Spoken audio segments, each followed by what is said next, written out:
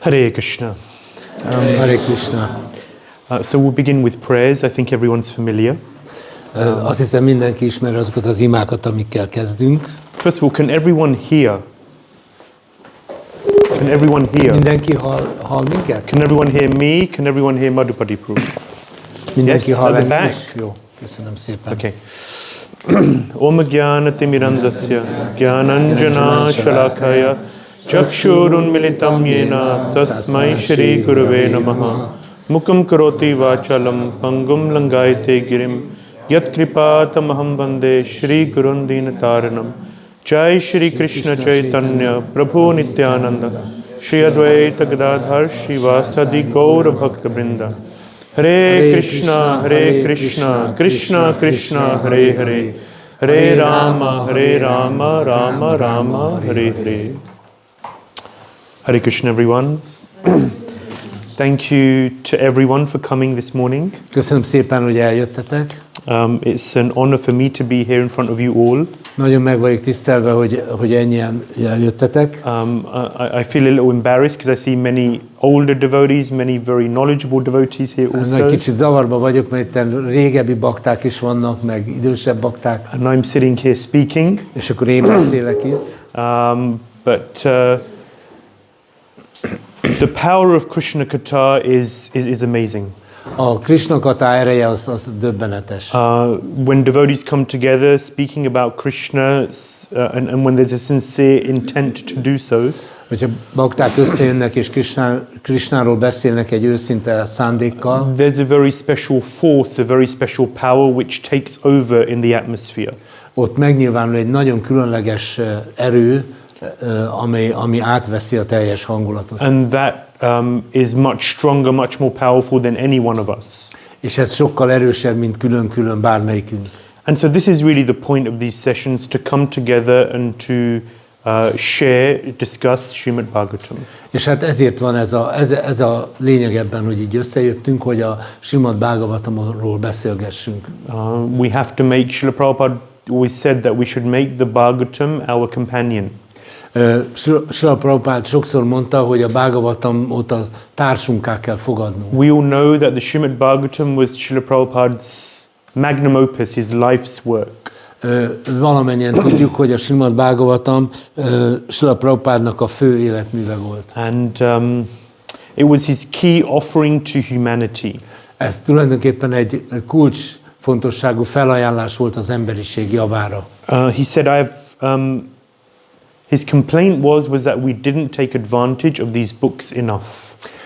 Ő azért panaszkodott, hogy nem használtuk eléggé ki ezt a nagy könyvet. So this is an opportunity for us all to enter into the Bhāgavatam. Tehát ez egy nagy lehetőség számunkra, hogy belépjünk a Śrīmad-Bhāgavatam világába. And to really develop a relationship with the Śrīmad-Bhāgavatam. És egy komoly, igazi kapcsolatot létesítsünk vele. It's our duty and this can provide so much inspiration and support in our lives. Ez kötelességünk is, de nagyon nagy lelkesítést és nagyon nagy erőt tud adni nekünk. Srila Prabhupada said, if we can develop a relationship with Bhāgavatam, then everything will be okay in our lives. Srila Prabhupada azt mondta, hogy ha egy kapcsolatot tudunk létrehozni a Śrīmad-Bhāgavatammal, akkor minden más rendben lesz. As Guru Prabhu mentioned, I spent some years at Bhaktivedanta Manor as a brahmachari. Ahogy Gurutama Prabhu említette, néhány évet töltöttem a Bhaktivedanta Manorban, mint brahmachari. And I always remember one story of one brahmachari. És emlékszem egy történetre egy brahmacharival kapcsolatban. At a certain point in his life, he decided to join the temple. Egy bizonyos ponton az életében úgy döntött, hogy csatlakozik a templomhoz. And it was a very difficult time for him. És az ő számára ez egy nehéz idő volt. He had to give up certain friends. Fel kellett adni a bizonyos barátságokat. He had to leave his job. El kellett hagyni az állását. And the biggest obstacle was that he had to discuss and make his parents agree with his decision. De a legnehezebb része az volt, hogy a szüleivel ezt hogyan beszélje meg, és hogyan fogadtassa el velük ezt a döntést. He was from an Indian family.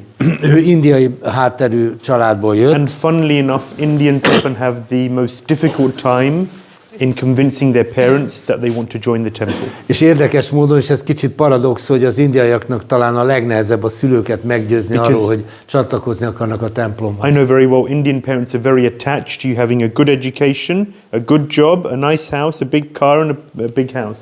Tehát ugye indiai szülők, szép ház, jó állás, jó oktatásban részesült, nagy autó. So he had to negotiate with his parents. Tehát ezt így le kellett tárgyalni a szüleivel. Very, very difficult. Nagyon nehéz volt. And in the end, they weren't satisfied, of course, but he had to just leave. De hát persze a végén nem sikerült megállapodni, de ő egyszerűen elment. And he was driving down to the manor. It was a 2-hour drive. És egy 2 órás autóúttal megérkezett a Manorba. He was crying. Sírt. His mind was full of confusion and disturbance. Az elméje tele volt zavarral. I've given up so much. Annyi mindent feladtam. I don't know if my parents will ever forgive me, if they'll ever talk to me again. Nem hiszem, hogy a szüleim valaha is megbocsátanak nekem, vagy akár szóba állnak velem. Am I making the right decision? Vajon jól döntöttem? Will I last as a brahmachari? Vajon ki tudok-e tartani, mint brahmachari? Maybe it will be too difficult for me. Lehet, ez túl nehéz lesz I've nekem. seen so many brahmacharis come and go.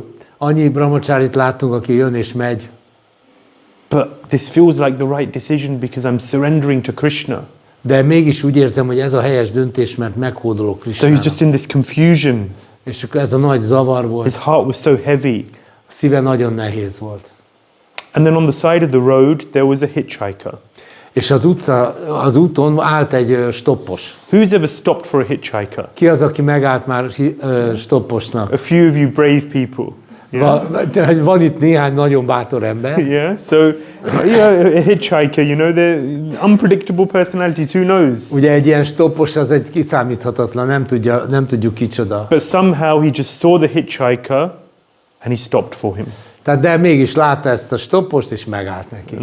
Young man jumped into the car, on Fiatal the ember passenger beugrott a seat, kocsiba, tehát az ülésre, and they began to speak. és elkezdett beszélni. And he said, I'm just about to join the temple. I'm going to become a monk. Azt mondja, hogy most akarok csatlakozni a templomhoz, hogy egy szerzetes legyek. And he said, so which group are you joining? És milyen csoportba fogsz belépni? He said, maybe you've heard of us, we're the Hare Krishnas. Talán hallottál a krisnásokról. He said, wow, that's amazing. I just spent 6 months in India. Jó, hát ez fantasztikus. Most jövök Indiából, 6 hónapot töltöttem. And he'd visited 3 Hare Krishna temples. Három iskon, I guess. Iskon temples. Tehát 3 iskon templomot is meglátogattam. And he was so excited, so amazed. Annyira izgatott volt, teljesen el volt And he had so képzelve. many questions. Rengeteg kérdése volt. And the devotee was answering all of these questions. És a bakta csak felelt a Explaining the kérdésekre. Bhagavad Gita, Śrīmad-Bhāgavatam, Beszélt a Kṛṣṇa. Bhāgavatamról, Bhagavad Gítáról, Krisnáról. And like that, the conversation went on. És akkor csak beszélgettek.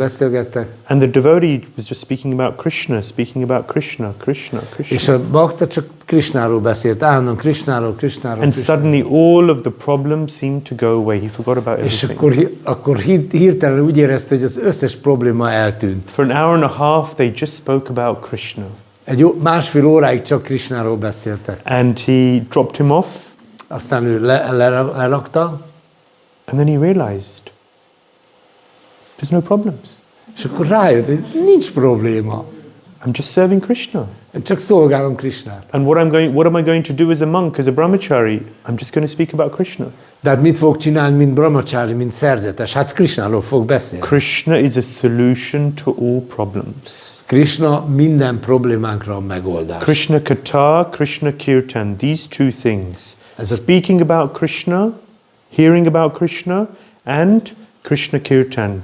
Hearing the Hare Krishna Maha Mantra, these are the 2 key solutions in our life. Tehát Krisnáról hallani és Krisnáról beszélni, ezek a megoldások az életünkben minden problémára. We have to learn to take shelter of these 2 things in our lives. Meg kell tanulnunk, hogy menedéket vegyünk ennél a 2 dolognál az életünkben. Because everyone has ups and downs in life. Mindenkinek vannak hullámvölgyei, This hullámhegyei. material world is full of problems. Ez az anyagvilág, ez tele van gonddal. We're all looking for this nice, peaceful life where everything's wonderful and problem-free. Persze mindannyian egy olyan életet szeretnénk, ahol nincsenek problémák, minden csak szép, simán megy. I'm sure many of us came to Krishna consciousness with that expectation. És valószínűleg sokan közületek ezzel az elvárással jöttek a Krisna tudatba. But then you soon realize that, hey, we're in this material world. Persze rá kell jönnünk, hogy az anyagi világban vagyunk. And there's going to be problems. Lesznek problémák. There's no getting away from the problems. Nem lehet teljesen megszabadulni tőle. What we do have is a solution to these problems. Amit tennünk kell, az, hogy megtalálni a megoldást a There's problémákra. an ultimate solution, love of Godhead. Van egy végső megoldás, az Isten szeretet. And the way to that is also the solution is hearing about Krishna, chanting about Krishna. De még az út is ehhez a tiszta Isten szeretethez is maga a megoldás. Hallani, énekelni, beszélni. So Prabhupada says in the 4th canto that where there's discussions, where there's Krishna Katha, all problems go away, and that is one of the purposes of this course, to learn how to do that. Srila Prabhupád mondja a 4. énekben egy magyarázatban, hogy a Krisnáról való beszélgetés, a Krisnáról való hallás a megoldás minden problémára, és voltaképpen ez is a célja ennek a kurzusnak. Now there's many ways of approaching the Bhagavatam. Sok módon lehet közelíteni a Bhagavatamhoz. Yeah, so devotees have their own private study. A bakták egyénileg is tanulmányozhatják. Reading through and taking notes. Végigolvassák, jegyzetelnek. Someone may enroll on the Bhakti Vaibhav course. Lehet, hogy valaki elvégzi a Bhakti Vaibhav kurzust, which is a more detailed study of the Bhagavatam. Ami a Bhagavatamnak egy részletes tanulmányozása. With exams and és akkor verses you have to learn.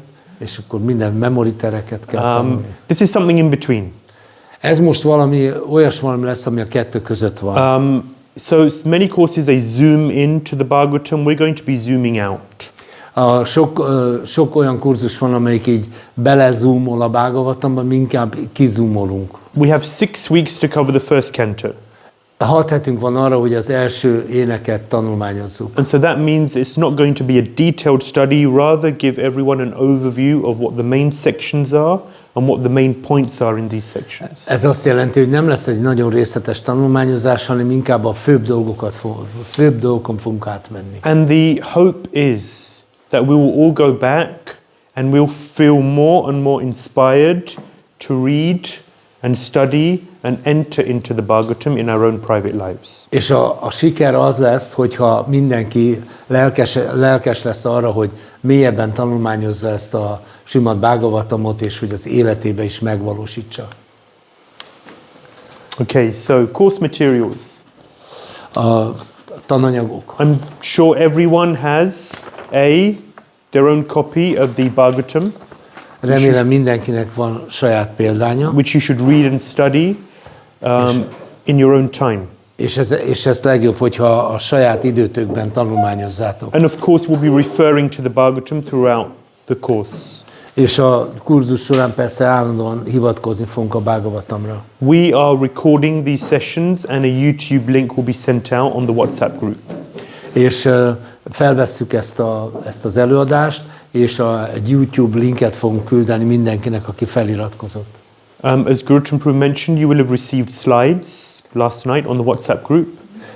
Ahogy Guru Prabhu mondta, mindenki megkapta a prezentációt. Madhupati Prabhu's printed it. Kinyomtatta magamnak. And other, I see other devotees have too. It's a good idea to print because it's a great way to take notes. Nem rossz ötlet, hogyha ezt kinyomtatja valaki, mert akkor ebbe tud jegyzetelni. So I will send those slides on the group a day before the session. Minden előadás előtti napon el fogom küldeni a csoportba at least a day before prezentációt. At least a day. Legalább egy nappal előbb. And if anyone has any questions, then please raise your hand. Hogyha bárkinek kérdése van, csak emelje fel a kezét. And if it's the right time, then I'll ask you for the question, otherwise a little later. Sorry? If it's the right time, then you can ask the question, otherwise keep it in mind and a little later. Tehát, és akkor attól függően, hogy a pillanat az megfelelő rá, akkor rögtön meghallgatjuk a kérdést és választ adunk, vagy pedig később. Okay, so what is the plan? So I mentioned we're covering the first canto in 6 weeks. Tehát ugye mi a terv, hogy 6 hét alatt az első éneket vesszük. So, this is today, 5th of March, we're covering the first 3 chapters of the first Március canto. 5-e van, és az első 3 fejezetet fogjuk tanulmányozni. And it's all about the glories of the Bhāgavatam. Ez mind a Bhágavatam dicsőségéről szól. Yeah. So next week is the Gaur Purnima celebration. A jövő héten lesz a Gaur Purnima Fesztivál. So there'll be a wonderful festival. We won't have a session. Tehát akkor nem lesz lecke, ilyen Bhágavatam előadás. So the week after, 2 weeks today.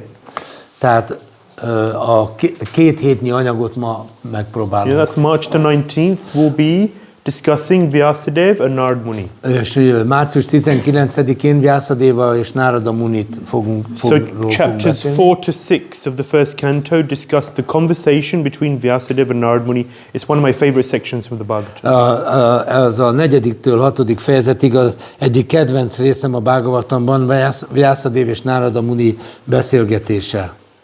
It really brings out the guru-disciple relationship. Nagyon szépen kihozza a guru és a tanítványnak a kapcsolatát. And Nārada Muni's story really brings out how we can advance in Krishna consciousness. Nārada Muni története nagyon szépen megvilágítja, hogyan tudunk fejlődni a Krishna tudatban. Some of the key ingredients he gives. És ez egy fontos eleme. Chapters 7 to 9 we'll discuss the week after. It's all about Krishna and his devotees and how much love they have for him. Igen, március 26-án a 7-től 9-ig fejezeteket vesszük, ami Krisna és bhaktáinak a kapcsolatáról szól, arról, hogy mennyi szeretet van ebben a kapcsolatban. 2nd of April, we'll be going through Kṛṣṇa and Dvārakā. He leaves for Dvārakā and then arrives in Dvārakā. Április 2-án a 10-től 12. fejezetet vesszük, ami arról szól, hogy Krisna elindul Dvárakába és megérkezik oda. April the 9th, we'll be hearing about how devotees leave to go back to Godhead. Április 9-én arról lesz szó, hogy hogyan mennek a bakták vissza Istenhez. Yeah.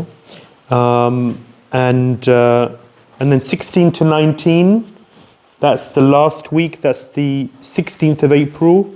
We'll be talking about Mahārāja Parīkṣit and Kali Yuga. Április 16-án lesz az utolsó előadás ebben a sorozatban a 16-tól 19. fejezetig Parīkṣit Mahārāja és Kali Yugáról. Yeah, so Parīkṣit Mahārāja is born, he becomes the emperor. Parīkṣit Mahārāja megszületik, ő lesz a császár, uralkodó. And we see the entrance of Kali Yuga into the world. És látjuk, hogy hogyan kezdődik meg a Kali Yuga a világban. Okay, so as we said today, it's all about the glories of the Śrīmad-Bhāgavatam. Amint mondtam, tehát akkor ma a Śrīmad-Bhāgavatam dicsőségéről lesz szó. Yeah, so Śrīmad-Bhāgavatam is the choicest of all scriptures. A Śrīmad-Bhāgavatam minden szentírásnak a csemegéje. This is Sanatana Goswami. Ez itt Sanatana Goswami. And he is, there's Madan Mohan, he's worshipful deity. Az ő imádandó istensége Madan Mohan.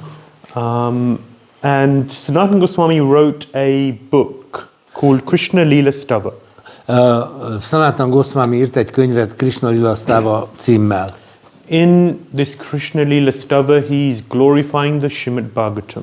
Ebben a műben a Śrīmad-Bhāgavatamot dicsőíti. Sanatana Goswami was a real lover of the Bhāgavatam.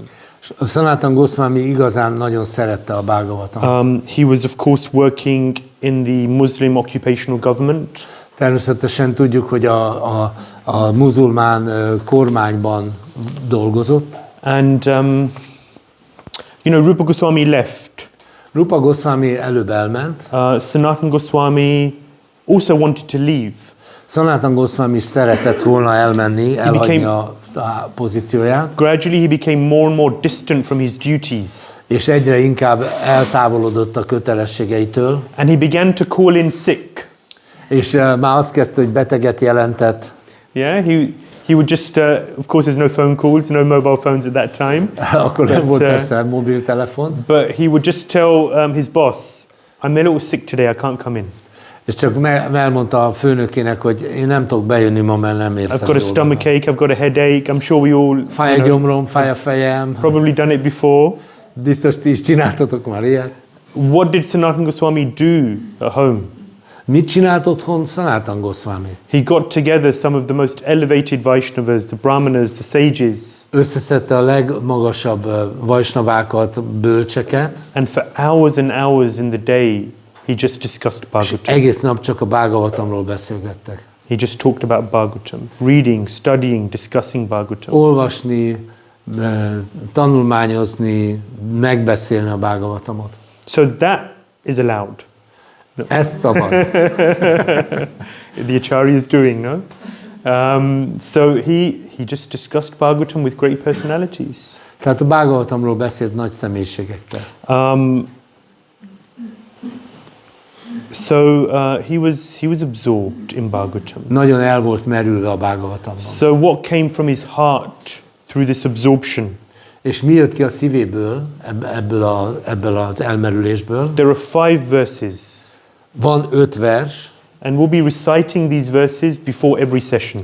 és minden találkozásnál ezt az 5 verset el fogjuk mondani. They're very beautiful, so you can see both English and the Hungarian translation for each of the verses. Láthatjátok az angol és a magyar fordítást is. So I produce I put together the English slides, but then I really have to thank Guru Prabhu for including the Hungarian. It's really invaluable because now everyone can understand. Én összeraktam ugyan az angol diát, és nagyon köszönöm Guru Prabhunak, hogy beletette a magyar fordítást. So we'll be reciting these wonderful Sanskrit verses. If you can, you should learn them.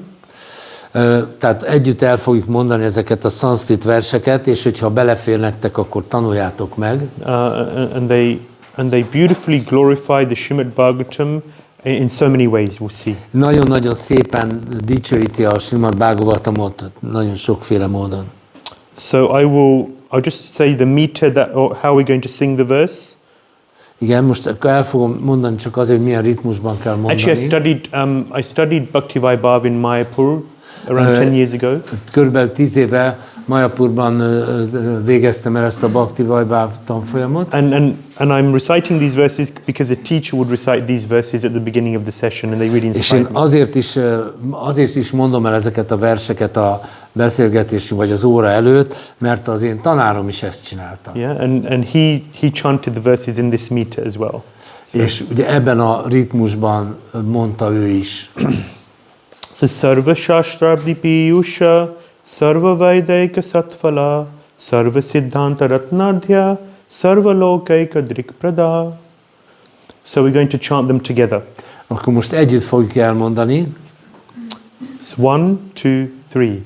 Sarva shastrabdi piyusha sarva vaidaika satfala sarva siddhanta ratnadhya sarva lokaika drikprada sarva bhagavata prana Śrīmad-Bhāgavata Prabho Kalidhanto ditaditya Shri Krishna parivartita Paramananda pathaya Prema varshyaksharayate Sarvada sarvasevyaya Shri Krishnaya namostume Madeka bando matsangin Madguru manmahadana Mannishtarka madbhagya Maddananda namostute Asadu sadhu tadayin Ati nichochatakara Hanamuncha kadachinmam Premna hitkantayospura. Who would like to read the Hungarian translation? Ki szeretné a magyar felolvasni? Magyar fordítást felolvasni? For the first verse. I do the first. Yes. Mistaken it and I will correct. Sure.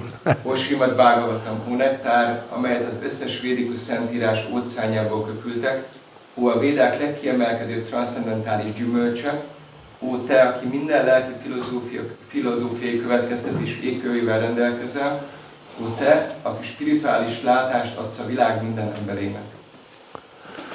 Someone else? Someone brave? Yes, rather pretty much. Ó, Vaisnava bakták, illetőlegője, ó Uram, te vagy a nap, amely felkelt, hogy eloszlassák a dicsőségét. de valójában Kṛṣṇa, aki visszatér. Someone? Yes. Ó, Śrīmad-Bhāgavatam, tiszteleteljes fordulatomat ajánlom neked. Olvasásod által az ember transzcendentális boldogságot ér el, mert szótagjaidból tiszta Isten szeretet árasztja el az olvasót. Téged mindenkinek mindig szolgálnia kell, mert Kṛṣṇa inkarnációja vagy. Ó, Śrīmad-Bhāgavatam, ó egyetlen barátom, ó egyetlen társam, ó tanítóm, ó nagy gazdagságom, ó nagy szabadítóm, ó jó szerencsém, ó boldogságom, tiszteletteljes fordulatomat ajánlom neked. Chandrasekhar? Ó, Śrīmad-Bhāgavatam, aki szentté teszed a szentségteleneket, ó a legelesettebbek felszabadítója, kérlek, soha ne hagyj el. Kérlek, nyilvánulj meg szívemben és torkomban a Kṛṣna iránti szeretet kíséretében. Please read, study, absorb these verses in your own time. Kérlek, hogy otthon ezt a verset olvassátok el, tanulmányozzátok, és így tegyétek magatokévá. The holy name is non-different to Krishna. Abhinnatvam nama namino. A szent név nem különbözik Krisnától. In the same way, the Śrīmad-Bhāgavatam is non-different to Krishna. Ugyanígy a Śrīmad-Bhāgavatam sem különbözik Krisnától. So when you pray to Śrīmad-Bhāgavatam, when you speak to Śrīmad-Bhāgavatam, you're speaking to Krishna. Tehát amikor imádkoztok a Śrīmad-Bhāgavatamhoz, amikor beszéltek a Śrīmad-Bhāgavatamhoz, akkor Krisnával társultak. And yayatamam prapadyante tam sathaiva bhajamiham. As one surrenders unto Krishna, he reciprocates. Kṛṣna úgy viszonoz veletek, ahogyan meghódoltok neki. That is a key principle in Krishna consciousness. Ez egy nagy kulcsfontosságú dolog Kṛṣna tudatban. So as we speak to Bhāgavatam, as we glorify Bhāgavatam, as we beg and pray to Bhāgavatam, Bhāgavatam will reciprocate with us. Ahogy mi beszélünk a Bhāgavatamhoz, ahogy könyörgünk hozzá, úgy viszonoz velünk, igen. Because what are we looking for? We're looking for taste from Bhāgavatam. Mit keresünk mi? Hát szeretnénk valami ízt nyerni a Bhāgavatamból. Rasovaisa, we're all looking for taste in life, flavor. Az életben mindig az ízt keressük. And we hear all these scriptures, these great personalities talking about Bhāgavatam is my friend, is my life, my everything. Ugye halljuk ezeket a nagy személyiségeket, akik azt mondják, hogy a Bhāgavatam nekik mindenük, nekik az életük. Hát don't allow these things to remain a theory. Ne hagyjátok, hogy ez csak egy elmélet maradjon. They have to become a reality in our life. Meg kell valósítani az életünkben, hogy ez legyen a valóság. But in order for them to become a reality, we have to approach them in the right way. De ahhoz, hogy ezt megvalósítsuk, ahhoz a megfelelő módon kell megközelítenünk. So these verses are helping us to set our mind and understand we are approaching Krishna, we are approaching a living text. Ezek a versek abban segítenek, hogy megértsük, hogy mi egy személyt közelítünk, és egy élő valakit közelítünk. And the Bhāgavatam, the Śrīmad-Bhāgavatam will reciprocate with us according to how we approach. És a Śrīmad-Bhāgavatam úgy fog viszonozni velünk, ahogyan mi megközelítjük. Yeah, because Krishna left. He left us. Kṛṣna elment, elhagyott minket. But the Bhāgavatam is like the sun which has arisen to dispel the darkness of Kali Yuga. De a Bhāgavatam az olyan, mint a nap, amely felkelt, hogy eloszlassa a Kali Yuga sötétségét. So Krishna left and darkness shrouded the earth. Ugye Kṛṣna elment, és a sötétség beborította a földet. And Bhāgavatam is bringing light. It's the replacement for Krishna. De a Bhāgavatam fényt hoz, és ő helyettesíti Kṛṣnát. Yeah. Mad eka bandho mat sanghen is my association, my one friend. Tehát ő az én társam, ő az én barátom. Yeah. So Bhāgavatam is the solution for everything. A Bhāgavatam mindenre megoldást ad. So if you're suffering from bereavement, then go to the 6th canto and see the story of Chitraketu Maharaj. Ugye, hogyha például gyászolunk, akkor a 6. éneket felütjük, és Chitraketu Mahārājnak a története megvigasztal. If you've been unfairly treated, then look at Parīkṣit Maharaj and how he's cursed by the Brahmana boy Shringi. Igen. Hogyha igazságtalanul bánnak velünk, akkor nézzük csak Parīkṣit Mahārājot, akit megátkozott a Brahmana fiú. Parīkṣit saw Krishna in that curse. Parīkṣit ebben az átokban Krisnát látta. Who's been unfairly treated? Ki az, akivel igazságtalanul bántak már életében? I have. Yeah. I'm sure we all have. Biztos vagyok benne, hogy mindenkivel történt már ilyesmi. How do we deal with these issues in life? Hogyan szoktunk ezekkel a dolgokkal bánni az életünkben? These personalities are showing us how to deal with every situation. Ezek a személyiségek megmutatják nekünk, hogy bármilyen helyzetet hogyan kell kezelnünk. Who's made a big mistake in life? I have. Ki csinált nagy hibát életébe? Bharat Maharaj made the biggest mistake in his life. Biggest mistake, Bharat Maharaj in the 5th canto made the biggest mistake. Az 5. énekben Bharat Mahārāja a legnagyobb hibát követte el. He was on, square 99 and then a snake. Snakes and ladders? Lehet mondani, hogy a 99-es kockán már volt a kinevet a végénbe, és visszaesett az elsőre. If you have problems with management, if you're a manager, then talk to Lord Brahma in the 2nd canto. Ugye, hogyha vezető vagy, akkor beszélgess csak az Úr Brahmával a 2. énekből. Yeah, so every solution is there in the Bhāgavatam. A Bhágavatamban mindenre ott a megoldás. Yeah, so we have to take shelter of the Bhāgavatam in every situation in our lives. Tehát, hogy mi bármilyen helyzetben vagyunk az életben, menedéket vehetünk a Bhāgavatamnál. Now, Srila Prabhupada gave us a plethora of scriptures.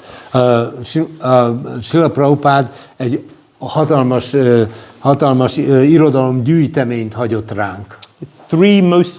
From one perspective, three of the main scriptures, Bhagavad Gita, Śrīmad-Bhāgavatam, Caitanya Charitamrita. Ugye bizonyos szempontból a legfontosabbak, ugye a Bhagavad Gita, Śrīmad-Bhāgavatam és a Caitanya Charitamrita. So the Bhagavad Gita is foundational study. A Bhagavad Gita az alapvető tanulmány. Prabhupada said the Bhagavatam is the graduate study. Prabhupada azt mondta, hogy a Bhagavatam az a diploma, vagy hogy mondjam, minek mondják ezt? Nem középfok, az már az érettségi. Jó, bocsánat. And then Caitanya Charitamrita is the postgraduate study. Igen, tehát és a Caitanya Charitamrita pedig a mesterfokozat. Yeah. So Bhagavad Gita gives the words of Krishna. Bhagavad Gita Krisna szavait adja. Bhagavatam gives the activities of Krishna. A Bhagavatam Krisna tevékenységeiről szól. And Caitanya Charitamrita is the mind.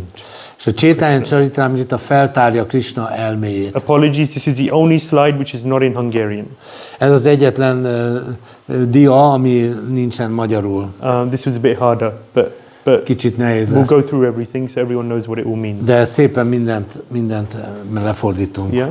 So Prabhupada has given us a very systematic set of books to read and study in order to understand the Supreme. Srila Prabhupada egy nagyon-nagyon rendszeres irodalmat hagyott ránk, ami segítségével megérthetjük a legfelsőbbet. Nothing Prabhupada did was casual. A Prabhupada semmit nem adott csak úgy önkényesen, véletlenül. A lot of thought and meditation went into everything that he had done. Minden, amit adott nekünk, abban nagyon sok meditáció, nagyon sok gondolat. Of course, we know he spent years and decades preparing for this mission of preaching in the West. Hiszen ő évtizedeket töltött arra, hogy felkészüljön erre a nyugati missziójára. Yeah. So in the Bhagavad Gita we begin with Dehinosmin yatha dehe, you're not this body. A Bhagavad Gita ezzel a fő gondolattal kezdődik, hogy nem ez a test vagy. And then at the end of the Gita, sarva dharman prityaja, there's a whole progression. Ultimately give up all varieties of religion and surrender unto me. És eznek az íve ott konkludál, hogy hagyj fel a vallás minden formájával, és hódold meg nekem. The Bhagavatam carries on where the Bhagavad Gita leaves. És a Bhagavatam ott kezdődik, ahol a Bhagavad Gita befejeződik. Dharma projita kaitvotra nirmatsaranam satam. So kicking out, the second verse of the Bhagavatam. A Bhagavatam második verse, hogy utasíts el mindenféle csaló vallást, és koncentrálj a lényegre, a bhaktira. Yeah, so rejecting all types of cheating religion. Yeah? Mindenféle csaló vallást elutasítani. So that's the beginning of the Bhagavatam, where the Gita leaves off. Ez, tehát itt kezdődik a Bhāgavatam, ahol a Bhagavad Gita befejeződik. And the Bhāgavatam takes us through a whole journey. A Bhāgavatam végig kísér egy egész úton minket. And ultimately, what does the Bhāgavatam end with? És mivel fejeződik be a Bhāgavatam? Does anyone know the last verse of the Bhāgavatam? Melyik a Bhāgavatam utolsó verse? Ki tudja? Oh, it's there, yeah. So, Nama Sankirtana Yasya Kali Kalmasha Nashanam. So, chanting of the holy names. Tehát a szent név éneklése. Szent név éneklése a módja arra, hogy minden bűnös visszahatást elpusztítsunk. Yeah, so the 12th canto, 13th chapter, the very last verse of the Bhagavatam just concludes, chant the holy names. Tehát a Bhagavatam utolsó fejezetének utolsó verse ebben konkludál, hogy énekeld a szent nevet. How does CC begin? És mivel kezdődik a Caitanya Charitamrita? It's described, Kaviraj Goswami says, Apaniyachari bhakti sikhainu sabare. Chaitanya Mahaprabhu, by his own example, is teaching us how to practice Krishna consciousness. Ugye a Caitanya Charitamrita, tehát Krisnadas Kaviraj Goswami ezzel kezdi, hogy eljövök, hogy megtanítsam nektek, hogy magam jövök el, hogy megtanítsam nektek az éneklést azzal, hogy magam is gyakorlom. And how does Chaitanya Mahaprabhu practice Krishna consciousness? He's chanting the holy names of the Lord. Tehát hogyan gyakorolja Caitanya Mahaprabhu a Krishna tudatot, hogy énekli a szent nevet. And then at the end of the CC, what do we see? What is at the end of the Chaitanya Charitamrita is Chaitanya Mahaprabhu in the deepest ecstasies. És mivel fejeződik be a Caitanya Charitamrita, az, hogy Úr Caitanya a legmélyebb extázisban van. Externally it seems like he's mad. Külsőlegesen úgy néz ki, mintha megbolondult volna. So it's described in the Chaitanya Bhagavat. Chaitanya Mahaprabhu is chanting the mantra. He's chanting the Hare Krishna mantra and he's asking his guru. He's saying, Kiba mantra diya gosai, kiba tarabal, japite mantra korila pagal. He says, Oh Guru, Gosai, Goswami, what kind of a mantra have you given me? Ugye a Bhāgavatam végén az Úr Caitanya a gurujától ezt kérdezi, hogy miféle mantrát adtál te nekem? I cannot comprehend the power of this mantra. Nem tudom felfogni ennek a mantrának a hatalmát. Kiba tarabal, what is the power of this mantra? Honnan jön az ereje ennek a mantrának? Japite mantra. As I'm chanting this mantra, ahogy én ezt a mantrát éneklem, I'm going mad. Gorilla pagal. This mantra is driving me crazy. Elvesztem az eszemet. Yeah, in material world, other things drive people crazy. Az anyagvilágban egyéb dolgok szokták megbolondítani az embereket. Chaitanya Mahaprabhu is going crazy while chanting this mantra. Chaitanya Mahaprabhu pedig abba bolondul bele, hogy ezt a mantrát énekli. And of course, the final chapters of the CC describe other aspects of how this madness manifests. És persze a Caitanya Charitamrita utolsó fejezetei arról is beszélnek, hogy hogyan nyilvánul meg ez az őrület. So this is the journey that we're going on. Bhagavad Gita, Bhagavatam, CC. Ezek a mi útunknak a mérföldkövei. Yeah, it's a roller coaster of a journey. Ez olyan, mint a hullámvasút. And of course we're focusing here on the Bhagavatam. There's so much that we could talk about. És persze most a Bhagavatamra fogunk koncentrálni, és annyi mindenről lehet beszélni. Yeah. And hopefully it will all end in madness. Reméljük, hogy a végére valamennyien megbolondulunk. Because Prabhupada said that we have to become mad after Krishna. Prabhupada azt mondta, hogy nekünk bele kell őrülnünk Krishnába. We have to become mad after Krishna. Nekünk bele kell őrülni, hogy mennyire akarjuk Krishnát. So, Śrīmad-Bhāgavatam is the first canto of the Śrīmad-Bhāgavatam is like it's setting the scene. A Bhāgavatam első éneke egy kicsit olyan, hogy megadja a színpadot, vagy berendezi a színpadot. Does anyone recognize this Bhāgavatam? This front Valaki cover? felismeri ezt a borítót? The first one. So Prabhupada published the first canto, first part of the Bhāgavatam, I think in 1962. Azt hiszem 1962-ben jött ki Srila Prabhupáda az első énekkel. He was in India. He was in India trying to preach in India, and he was distributing these first cantos in Delhi. Indiában volt, és Indiában próbálta osztani ezt az első éneket. And this was the front cover. Sorry? Igen, ez volt a címlapja. Yeah, so these are available. We call them facsimile versions. It's in 3 parts. Ugye ez elérhető, meg lehet kapni a faksimile kiadást, 3 kötetben lehet kapni. And it's unedited. És ez nem volt szerkesztve. It's very nice, actually. So, the first canto of the Bhāgavatam, like I said, it's like a preface. A Bhāgavatam első éneke tulajdonképpen olyan, mint egy előszó. And it's very much like the first chapter of the Bhagavad Gita. Kicsit olyan, mint a Bhagavad Gita első fejezete. Yeah, so, and... Egy kis összehasonlítás lesz, tehát, hogy a Bhāgavatam első ének, illetve a Bhagavad Gita első fejezet, és akkor tulajdonképpen itt van, mind a kettőnek van egy előszava, vagy hogy ez mind a kettő előszó, vagy bevezetés. Yeah, so in the first chapter of the Bhagavad Gita, we see that it's setting the scene. Ugye a Bhagavad Gitának az első fejezete így hát megadja, hogy hol is történik mindez. We see all of these warriors, they're on the battlefield. Some of the history is spoken about in the purports. Itt ugye szó van azokról a harcosokról, akik ott vannak a csatatéren, egy kicsit szó van az előzményekről. We get a bit of the background.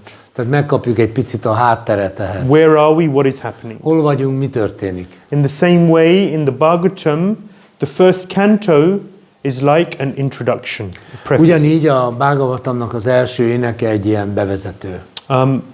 Shukadeva Goswami doesn't speak. Shukadeva Goswami nem beszél. Yeah.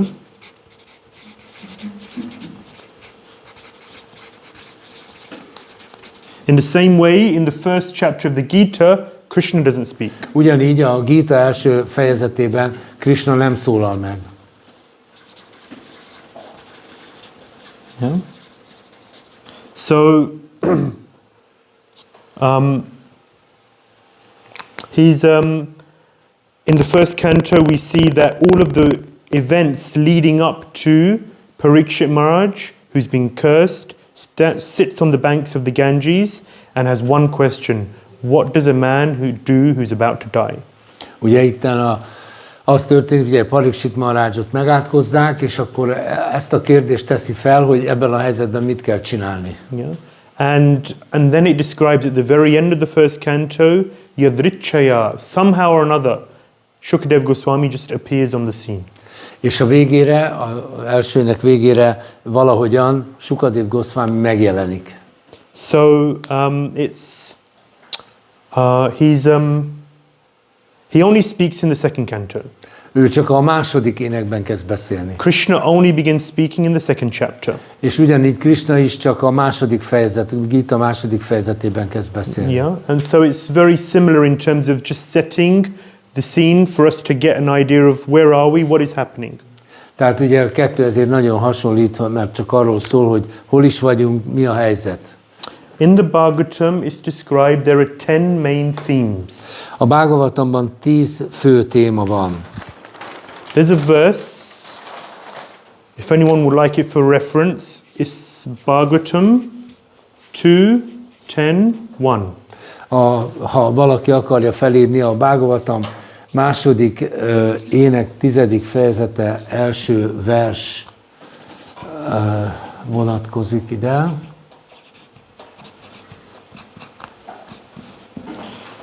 So the verse is Atta Sarga Visargascha Sthanam Poshnamutaya Manvantareshanukatha Nirodo Muktir Ashrayaha. So it describes the 10 main themes of the Śrīmad-Bhāgavatam. Itt felsorolja a Śrīmad-Bhāgavatam 10 fő témáját. Each canto is predominated by one of these themes. Minden énekben az egyik ilyen téma a fő téma. But Jiva Goswami explains that all of the cantos have these themes within them also, but one of the themes is predominant. Jiva Goswami magyarázza, hogy minden énekben megjelenik mind a 10 téma, de közülük mindegyik énekben valamelyik a fő fókusz. The third canto is about sarga. A harmadik ének a szargáról szól. Sarga is elemental creation, primary creation. Az elsődleges teremtés. Yeah. The fourth canto is visarga. A negyedik ének a viszarga. It's secondary creation, Brahma's creation. Másodlagos teremtés, Brahma teremtése. So what does So the first primary is all about how the elements are created: earth, water, fire, air, ether, etc. Tehát a harmadik énekben arról van szó, hogy az elemek hogyan jönnek létre, hogy lesznek teremtve, tehát a föld, víz, levegő, tűz, éter, stb. What does Brahma do with those elements? This is Brahma visarga. mit csinál ezekkel az elemekkel? Sthanam, Poshanam. So sthanam is all about the planets. A sthanam az a bolygókról szól. So fifth canto describes the planets. Az ötödik ének leírja a bolygókat. Sixth canto is summarized with the protection, how the Lord protects his devotees. A hatodik ének pedig arról szól, hogy az Úr hogyan védi meg a baktáit. Seventh canto is uti, the creative impetus. A hetedik ének pedig a teremtő erőről szól. Sthanam, Poshanam, Utaya. Manus. Manvantare Shanu Katha. So eighth canto is all about the Manus. A nyolcadik ének a manukról szól. How many Manus are there? Hány manu van? Louder? And it says here that 504,000 in Brahma's total life. Yeah, okay. In one day of Brahma? 14. Yeah. Tehát Brahma egy napjában 14 manu jelenik meg. And ninth canto is Ishanukatha. So topics of Krishna is in incarnations. A kilencedik ének pedig Kṛṣṇa inkarnációiról szól. So we hear about Lord Ram, Parshuram, Ezekről az inkarnációkról hallunk. and about the sun and the moon dynasties. A nap és a hold dinasztiákról. And then 12th canto is Nirodha, A 12. ének az Nirodha, Mukti, 11 az Mukti, Ashraya. és a 10 az Āsraya. So 12th is Nirodha, it is destruction. A 12-es az a pusztítás. We see in the 12th canto the pralaya, partial destruction, complete destruction. A 12. énekben a részleges pusztításról, illetve a teljes pusztításról There's the esik age szó. of deterioration, Kali Yuga, Ugye a Kali Yuga az a romlásnak a korszaka, and then floods come, Matsya Avatar, and destruction. és akkor jön az árvíz, jön Matsya Avatar, a pusztítás. 11th canto, Mukti, how to gain liberation. A 11. ének a Muktiról szól arról, hogy hogyan lehet felszabadulást elérni. Uddhava Gita, there's a discussion, it's Bhagavad Gita part 2. Ez ugyanaz, hogy Bhagavad Gita második rész. This time between Krishna and Uddhava. Ez esetben Kṛṣṇa és Uddhava beszélget. And then the 10th canto is Ashrayaha, A 10. ének pedig az Āsraya, the shelter, a menedék, the real shelter. az igazi menedék. And that is Krishna. És az ki? Kṛṣṇa. Yeah, so the first 39 chapters, Az első 39 fejezet, 39 chapters is all about Krishna in Vrindavan. tehát a 38 vagy első 38 vagy 39 fejezet, az Kṛṣṇáról Vrindāvanban. Then we hear about Krishna in Mathura and then Krishna in Dvārakā. És aztán utána Kṛṣṇa Mathurában, illetve Dvárakában. Yeah. The first chapter and the first and second cantos have slightly different themes. Az első és második ének kicsit másról szól. Yeah, so the first canto is all about adhikar. Az első ének az az adhikárról szól, And the second canto is sadhana. a második pedig a szádhanáról. So we'll hopefully be coming when we finish this course, 6 weeks. Sometime a little later in the year, maybe summertime, we'll be going through the second canto. Tehát remélhetőleg ebben a 6 hétben sikerül az első éneket befejezzük, majd valamikor nyáron a második ének jön. In the first canto, we see many discussions between different personalities. Az első énekben nagyon sok beszélgetés van különböző személyek között. Sutta Goswami is speaking to the sages of Naimisharanya. A Sutta Goswami a Naimisharanya erdőben a bölcsekről beszél. Nārada and Vyas. Nārada, Muni, Vyāsadeva. There are many discussions between personalities. One is a guru, the other is a disciple. Általában sok ilyen beszélgetés van, és az egyik általában a guru, a másik a tanítvány. There is a lot of discussion between what is the qualification of a good hearer and a good speaker. Szó van arról is, hogy milyen képesítése van egy jó hallgatónak és egy jó beszélőnek. Yeah, so the adhikar to speak and the adhikar to receive. Tehát a beszéd adhikárja, illetve az elfogadás adhikárja. For this first canto, the main key adhikar, what is the most important thing? Mi a legfontosabb dolog az első énekben?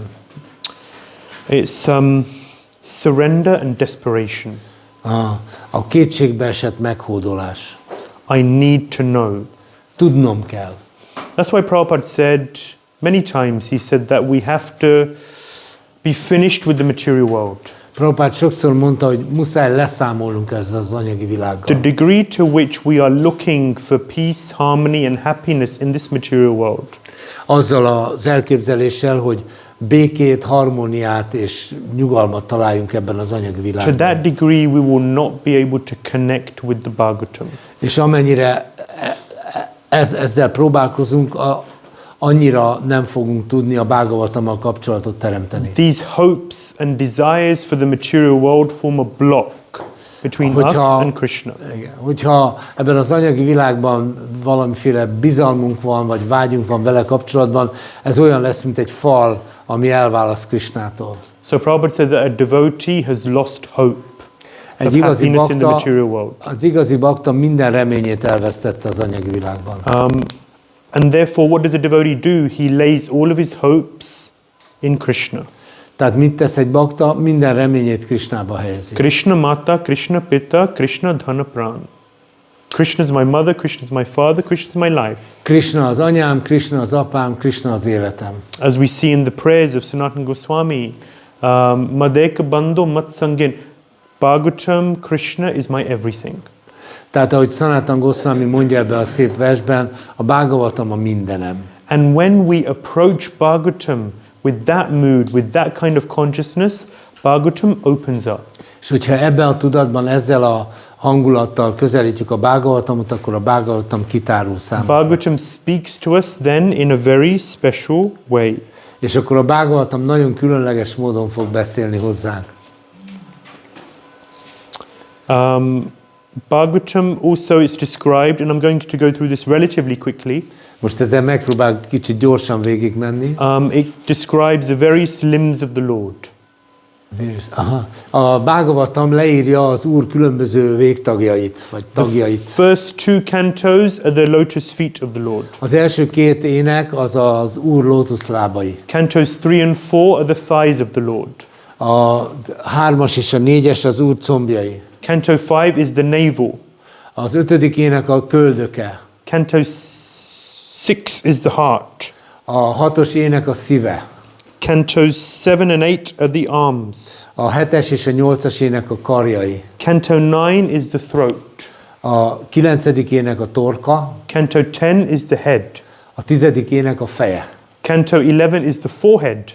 A 11. ének a homloka. And the canto 12 is the top of the head. És a 12. ének a fejbúbja. So the canto 10 is the smiling face of Krishna. A 10. ének az Krishna mosolygó arca. We want Krishna to smile at us. Mi szeretnénk a Kṛṣna ránk We mosolyogni. want to see Krishna's smiling face. Szeretnénk látni Kṛṣna mosolygó arcát. The first 9 cantos are a preparation to enter into the 10th canto. Az első 9 ének az tulajdonképpen előkészület arra, hogy belépjünk a 10. ének birodalmába. I heard one devotee relatively recently and he was saying, read any of the books in any order you like. Van egy bakta, aki azt mondta nekem, hogy bármelyik könyvet bármilyen sorrendben lehet We olvasni. shouldn't be so strict with what you read and when you read it. Nem kéne ennyire merevnek lennünk, hogy mit, mikor olvasunk. Let devotees follow the inspiration. Csak kövessék nyugodtan a bakták az inspirációikat. But the Bhāgavatam shows it's an example of how there is a gradual elevation in the consciousness throughout the cantos. A Bhágavatam azonban megmutatja azt, hogy van egy rendszer annak, hogy hogyan közelítsük a In Bhágavatamot. the 3rd canto purport, it says that when you take darshan of the deity, then you start with the lotus feet of the deity and you gradually work your way up. Igen.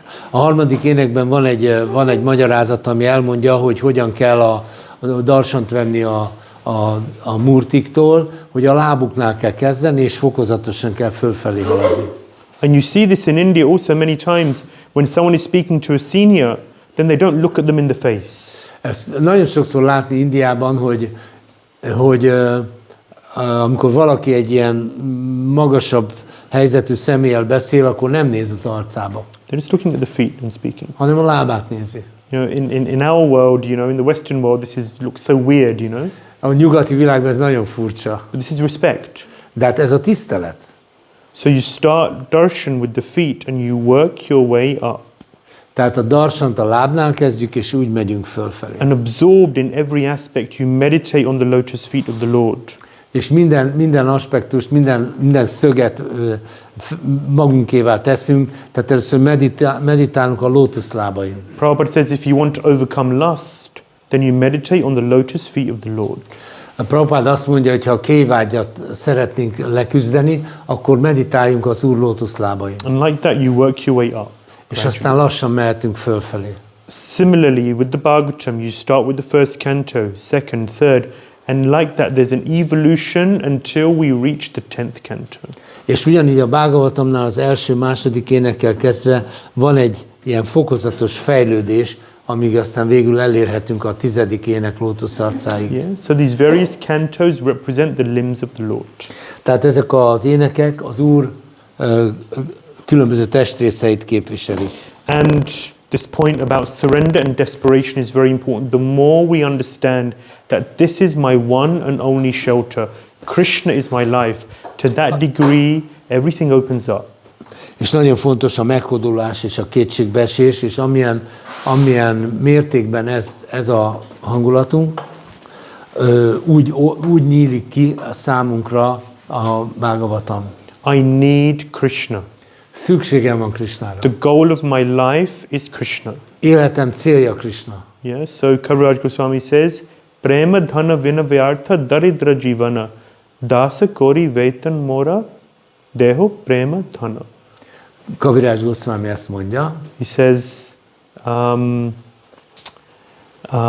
what does he say? He says that, how does it begin? Just so the last, first is the last. If you just material desires is last. No, it's a different verse. Deho prema dhana. Dāsa kori vetan mora, deho prema Tudod dhana. a number? Prema dhana vina vyartha. Without prema, without love for Krishna, my life is useless. A Kṛṣna iránti szeretet nélkül az életem haszontalan. Prema dhana vina vyartha. Artha means value. Vyartha means without value. Arta azt jelenti, hogy érték, vyarta azt jelenti, hogy értéktelen. My life has no value without love for Krishna. A Kṛṣna iránti szeretet nélkül az életem értéktelen. So Kaviraj Goswami says, Krishna, please make me your servant. Tehát azt mondja Kaviraj Goswami, Kṛṣna, kérlek, tégy a szolgáddá. Engage me in your devotional service. Foglalj le engem a te odaadott szolgálatodban. But I'm not a free servant. Sorry? I'm not a free servant. De én nem vagyok egy szabad szolga. There's a price. Nem vagyok egy ingyenes szolga. There's a price. Áram van. I have a price. Áram van egy áram. Yeah. What is my price? What is my pay? Na, mi az én fizetségem? Yeah, so there's a discussion in ISKCON about wages for sages. Should Van egy ilyen vita az ISKCON-ban, hogy na, a bölcseknek van fizetést adni. yeah, should you get paid Hogy kellene fizetést for adni your service? a szolgálatodért. Yeah, so Kaviraj Goswami says yes. Kaviraj Goswami azt mondja, hogy igen, We should demand a pay.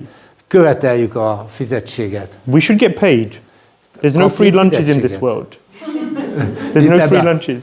De ebbe az világban semmi sincs ingyen. There is a free lunch at 1 o'clock. But, you know. Igaz, hogy kivételesen 1 órakor lesz egy ingyen ebéd. But generally speaking, there's no free lunches. I'm not a free servant. Általában azért nincs semmi ingyen, én nem vagyok egy ingyen What is my pay? dolgozó. So, prema. My pay is prema. Deho prema dhana. Give me the great wealth of prema. Az én fizetségem a préma. Ad nekem azt a nagy-nagy kincset, hogy préma.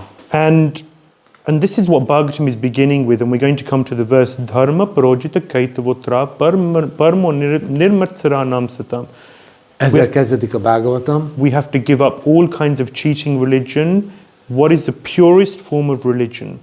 Fel kell adni mindenféle csaló vallást, mi a vallásnak a legtisztább formája. And this is something that really attracted me and helped me to see that what we're offering, what the Bhagavatam is offering, what the Krishna consciousness movement is offering, is something very different to anything else. Ez az, ami lelkesített, mert amit a Bhāgavatam kínál nekünk, ajánl nekünk, az teljesen különbözik minden mástól. Because every other form of religion, and you know, we can talk about Christianity, Islam, Judaism, Sikhism, whatever the religions are. Tehát minden más vallás is beszéltünk, bármiről, kereszténység, zsidó vallás, szik vallás, These are all, iszlám. you know, they're going back 2,000, 2,500 years maximum. Hát ezek maximum 2500 évre mennek vissza. The Vedic tradition doesn't talk about any of these religions. These are just temporary things. A védikus iratok nem beszélnek ezekről a vallásoktól, mert ezek ilyen átmeneti dolgok. Religions come and go. A vallások jönnek-mennek. Yeah, there have been many religions which were in vogue and then went out of vogue. Nagyon sok olyan vallás volt, ami jött, és aztán kiment a divatból. If you look at the Bhagavad Gita, it talks about the divisions of faith. Ha Bhagavad Gitát nézzük, akkor a hit különböző fajtáiról 17th beszél. chapter. A 17. fejezet. And in other places, of course, too. In other parts És of persze Gita máshol too. is van erről szó. And it's categorizing the religions according to their quality. És tulajdonképpen osztályozza a vallásokat minőség szerint. What type of religion are they? Milyen fajta vallás? The names aren't important. Nem fontos a neve a Is this vallásnak. religion in the mode of ignorance? Is this religion in the mode of passion? Is this religion in the mode of Vajon ez a goodness? vallás a tudatlanságban van, szenvedélyben van, vagy jóságban van? Most religions are in the mode of passion. A legtöbb vallás az szenvedélyben van. It's a business deal. Ugye ez egy ilyen alkú, üzleti megállapodás. God, whoever you are, whatever you look like, I'll do this for you and you'll give me something in return so I can be happy in Isten this bárhol world. vagy, bárhogy nézel ki, én ezt megteszem neked, te meg add nekem azt. So that I can be happy in this world and live the way I want to. És akkor így boldog lehetek az életben úgy, ahogy én akarom. Yeah, so this is what most religions are offering. A legtöbb vallás ezt ajánlja. But Bhagavatam is saying kicking out all types of such religion. De Bhāgavatam azt mondja, ezt rúgjuk ki ezeket. All types of motivated religion. Mindenféle motivált érdekvallást hagyjunk What ki. Bhagavatam is saying is that this is not religion in the modes of material nature. This is transcendental. A Bhāgavatam azt mondja, hogy ez nem az anyagi kötőerők hatás alatt levő vallás, hanem ez transzcendentális. Loving Krishna. This is the goal of life. Krishnát szeretni, ez az élet célja. And what does love mean? Mi az a szeretet? What is the key quality of love? Mi az vallásnak mi a szeretetnek a legfontosabb tulajdonsága? And it's something which is missing. People say love, love, love all the time these days, left, right, and És ez center. tulajdonképpen hiányzik az emberek, állandóan szeretetről beszélnek. Yeah. Love, the key quality of love is that it is selfless. De a szeretetnek van egy kulcs tulajdonsága, hogy önzetlen. Just think about the last time you used this word love. Csak gondolj vissza arra, hogy mikor használtad utoljára ezt a szót, hogy szeretet. Love for your mom, love for your dad, love for your Szereted az partner. anyukádat, a apukádat, a partneredet. Assess and analyze how selfless is that relationship. Tehát most őszintén elemezd, hogy mennyire önzetlen ez az érzelem. And how selfish is it? És mennyire önző. So what Bhagavatam is saying is that we have to develop a real selfless attitude towards Krishna. Tehát a Bhagavatam azt ajánlja, hogy ki kell fejlesztenünk egy igazán önzetlen szeretetet Krishna iránt. This is the purest type of religion. Ez a legtisztább fajta vallás. We have an opportunity to give. Van egy lehetőségünk, hogy adjunk. To the person who's given us everything, the shirt on our back is from Krishna. The shirt on our back is from Krishna. Aha. Tehát ugye mi mindent fel kell, hogy adjunk, még az ingem is Krishnáé. So Srila Prabhupada has created this society in order to make a facility for us all to have the opportunity to love. Tehát Prabhupád azért hozta létre ezt a szervezetet, hogy megkapjuk a lehetőséget a szeretetre. And the Bhagavatam is the textbook És a tankönyv az a Bhagavatam. for love. A szeretet tankönyve. So these days there are so many books coming out about relationships and love and how to love. A könyvesboltok tele vannak mindenféle könyvekkel a kapcsolatokról, a viszonyokról, a szeretetről, minden. A friend of mine, Jay Shetty, I call him Ghanshyam Priya, that's his initiated name. He just put his new book out. It's all about love and relationships. Ugye a Jay Shetty, nem tudom az avatott, mindegy. Ghanshyam Priya Das. Ghanshyam Priya Das. Igen, az én barátom. Most jött ki a legújabb könyve a kapcsolatokról. Yeah, and Bhagavatam is the real textbook for love.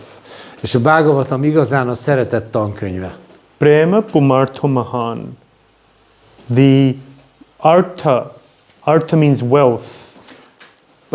Pumartha, the greatest wealth for mankind is prema. Tehát az artha azt jelenti, hogy vagyon, vagy érték. And pum means pumsa, mankind. Aha. Tehát ez a pumartha azt jelenti, hogy az emberiség kincsének a legnagyobb kincse a préma. This is the goal of life. Ez az élet célja. And this is what the Bhagavatam is teaching us. És ezt tanítja a Bhagavatam. Any questions? Van-e kérdés? Okay.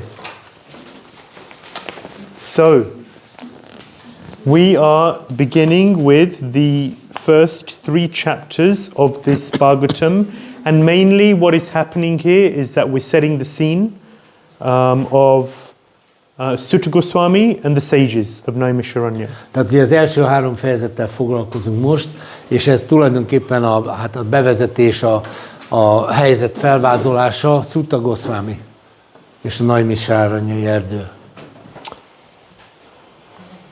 The Bhagavatam is so deep, it's unlimitedly deep. A Bhagavatam végtelenül mély. All of our scriptures are so deep. Minden szentírásunk tulajdonképpen nagyon mély. Impossible to describe them in completion. Lehetetlen teljességgel leírni őket. Yes, so Kaviraj Goswami at the end of Chaitanya Charitamrita, he says, Akasha Ānanda Tate Yaiche Pakshi Gana. Kaviraj Goswami a Chaitanya Charitamrita végén ezt mondja. Yara Yata Shakti Tata Kore Arohana. That birds are flying in the sky, he says. A madarak repülnek az égen. The sky is unlimited. Az ég végtelen. Birds, according to their strength, Yara Yata Shakti, according to how strong they are, they will fly so high. A madarak pedig olyan magasra repülnek, ahogy erejükből telik. A stronger bird will fly higher. Egy erősebb madár magasabbra tud repülni. The strongest birds will fly this high. A legerősebb madár ilyen magasra tud repülni. But there's still more sky. Sky is unlimited. De az ég az végtelen. In the same way, the Bhagavatam is unlimited. Ugyanígy a Bhagavatam az végtelen. I'm very limited. Én nagyon véges vagyok. We can go as deep as our realization allows.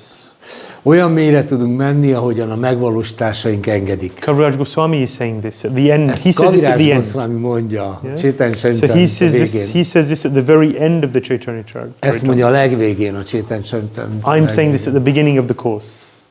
Sorry? I'm saying this at the beginning És of ezt the viszont course. a kurzus elején mondom nektek. That is unlimitedly deep. Let us pray to enter as deep as possible. Tehát ugye, mint hogy végtelenül mély, ezért imádkozzunk, hogy annyira mélyre tudjunk menni, amennyire lehet, amennyire képesek vagyunk. So what we begin with in the first canto, in the first chapter, is Sutta Goswami, who's with these sages of Naimisharanya. Ugye az első fejezet elején az van, hogy ugye Sutta Goswami ott van a bölcsekkel az Naimisharanyai erdőben.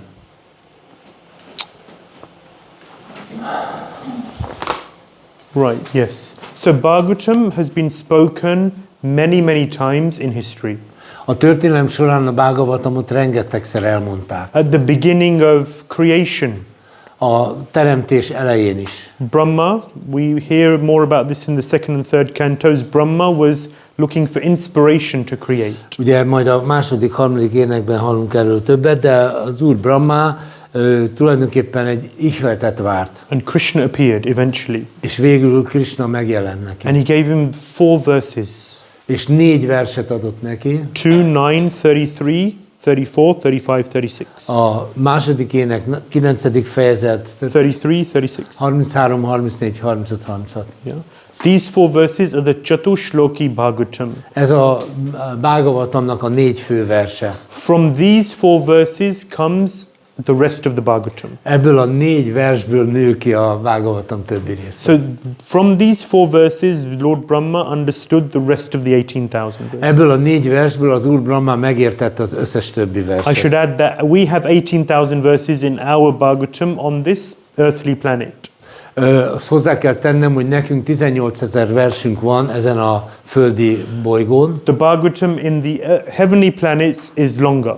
A mennyei bolygókon a Bhāgavatam hosszabb. The Bhagavatam in the higher planetary systems is even longer. A magasabb bolygórendszerekben a Bhāgavatam még hosszabb. The Bhagavatam in Brahma Loka is longer still. A Brahma Lokán még hosszabb a Bhāgavatam. Like that, ultimately Bhagavatam is a principle. Végső soron a Bhāgavatam egy elv. Once there was a reporter and they asked Srila Prabhupada, she was a lady reporter. Egyszer egy újságíró nő interjút készített Prabhupáddal. She said, do you have a Joan of Arc? You know Joan of Arc? Van-e nektek egy ilyen hogy hívják azt a hajót, milyen? Noé bárkája. Yeah. So do you have a Joan of Arc in your scriptures? Oh, sorry, Joan of Arc. Yes. No, bocsánat. thinking, yeah. Rossz.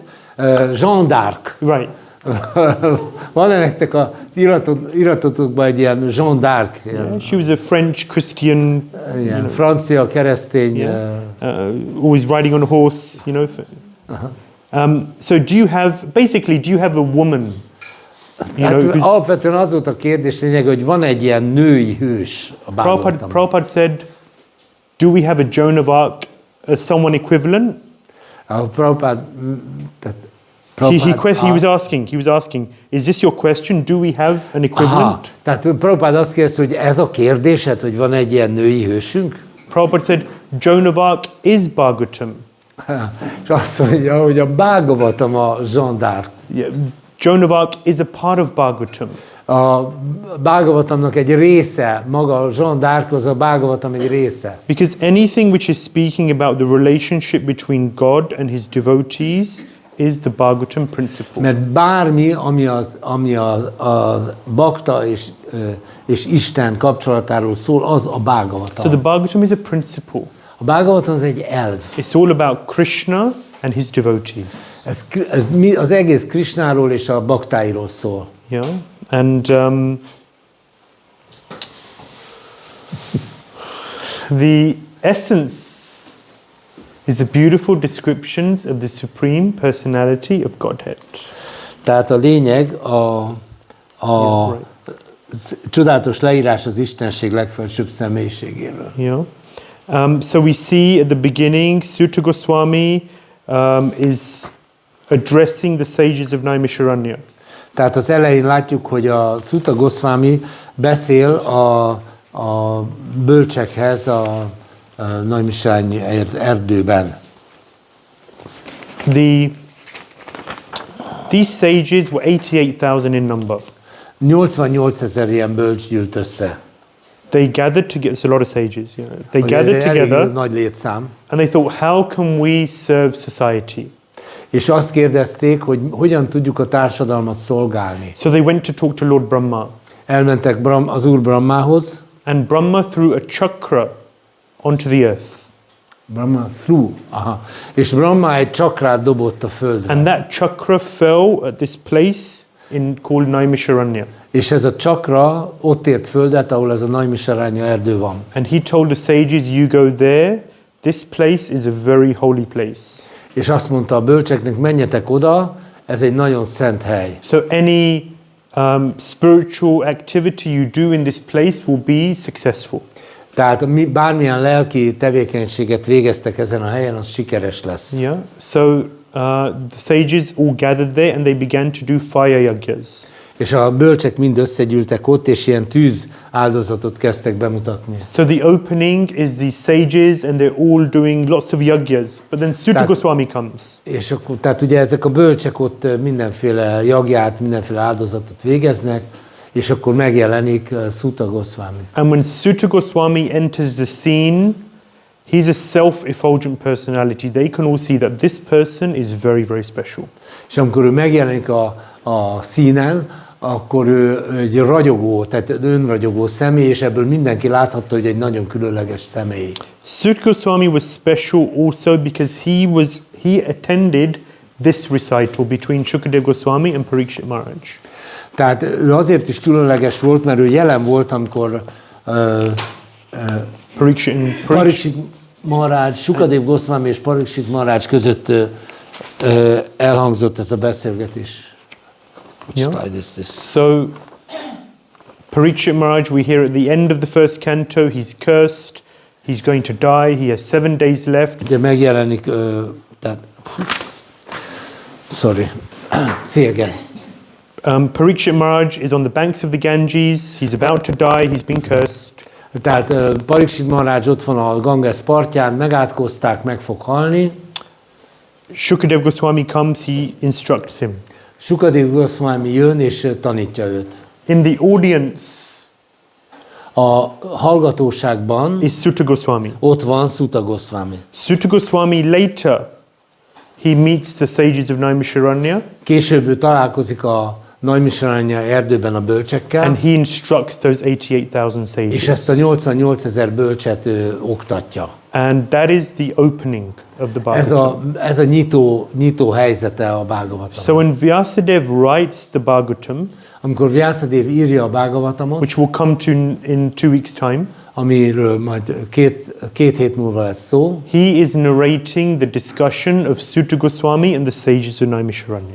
Akkor ő tulajdonképpen elmondja a Sutta Goswami és a Naimisharanya erdőben levő bölcseknek a beszélgetését. Yeah, so it's a conversation within a conversation. You have to really think about it to have it clear in your mind. Nem szabad belezavarodnunk, hogy itt egy beszélgetésben van egy beszélgetés. When Sutta Goswami is telling the sages, he then describes the culmination, the series of events which culminate in Parīkṣit Maharaj hearing from Shukadeva Goswami. Tehát amikor Sutta Goswami beszél a bölcseknek, akkor elmondja, hogy hogyan jutott oda a története Parīkṣit Maharajnak, hogy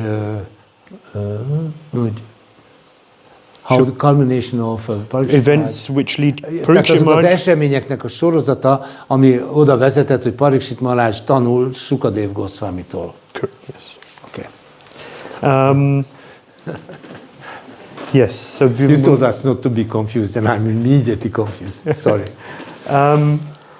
Vyāsadeva, therefore, we see, okay, so he is compiling the documents based on Sutta Goswami. Yeah? Tehát Vyāsadeva össze akart állítani a Śrīmad-Bhāgavatamot, Sutta és a bölcsek párbeszédét dokumentálta. And then, of course, yes. Okay, we are going to take a break, Akkor most lesz egy szünet, 10 minutes. But before we do, are there any questions? de mielőtt még szünetet tartunk, van-e kérdés? Yes, Prabhu. I would like to ask one question. We spoke about that Brahma threw down the chakra and the sages gathered in Naimisaranya. Time-wise, when that was, we know when Vyāsadeva was writing Śrīmad-Bhāgavatam down, but this time-wise, when did it happen? I have A kérdés az, hogy amikor az Úr Brahma ledobta ezt a csakrát, hogy ez mikor történt az időrendben. So this is part of the next session.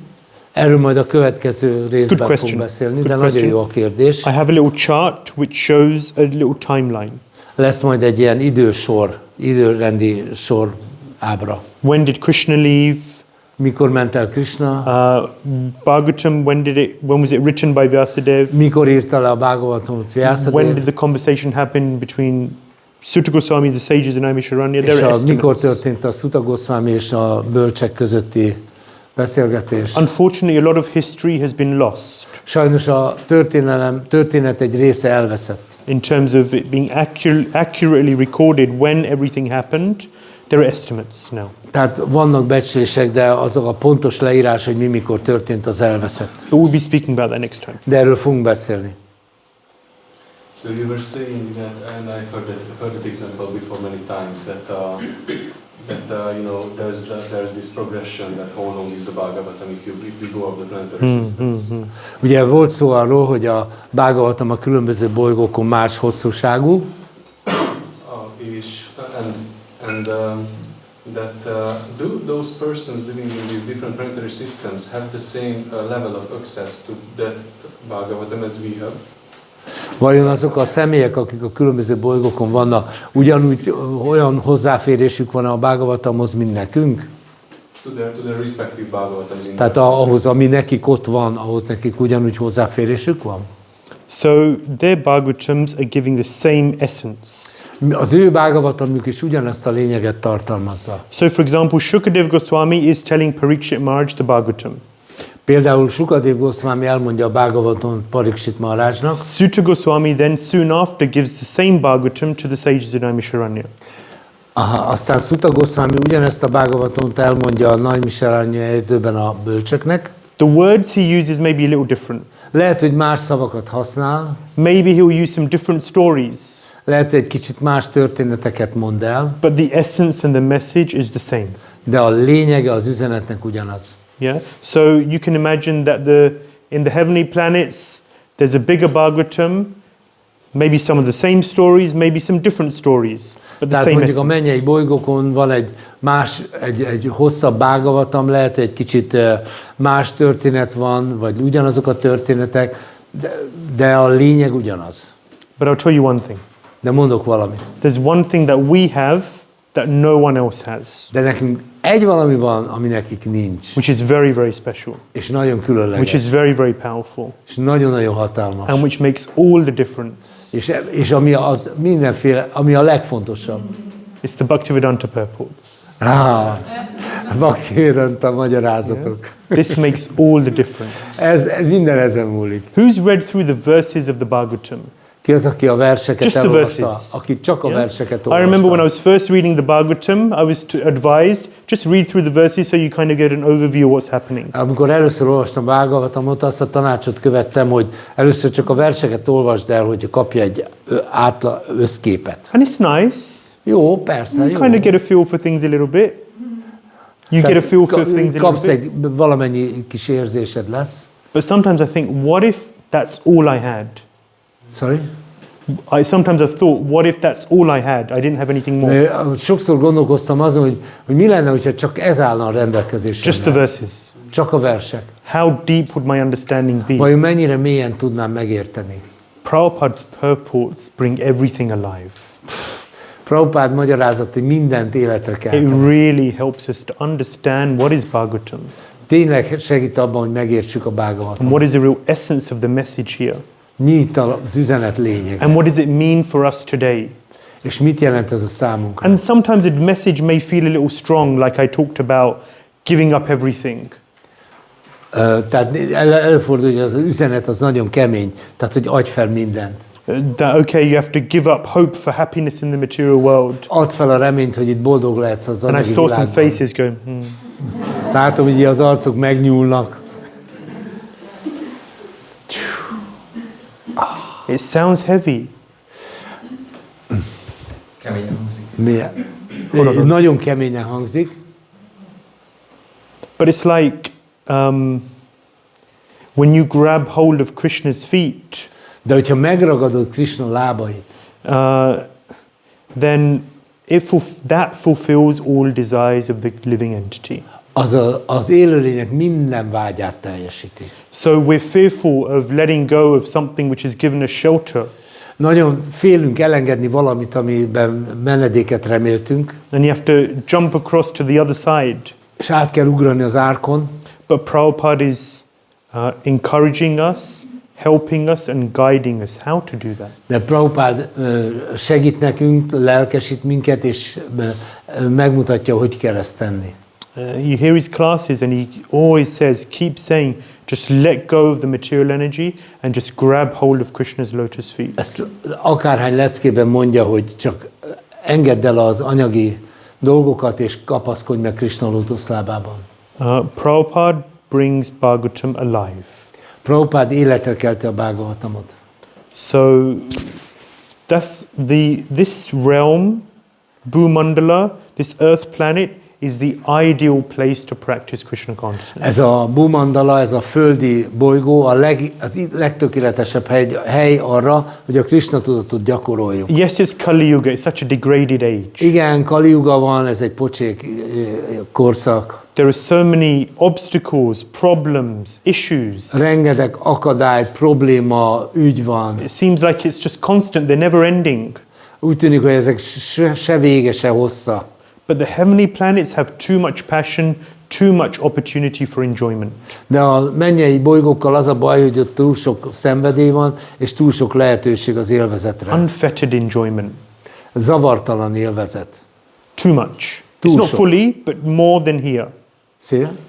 It's not fully unfettered, but more than Nem here. teljesen zavartalan, de inkább tehát And the lower planetary systems, also there's a lot of sense enjoyment there, but in a dark way.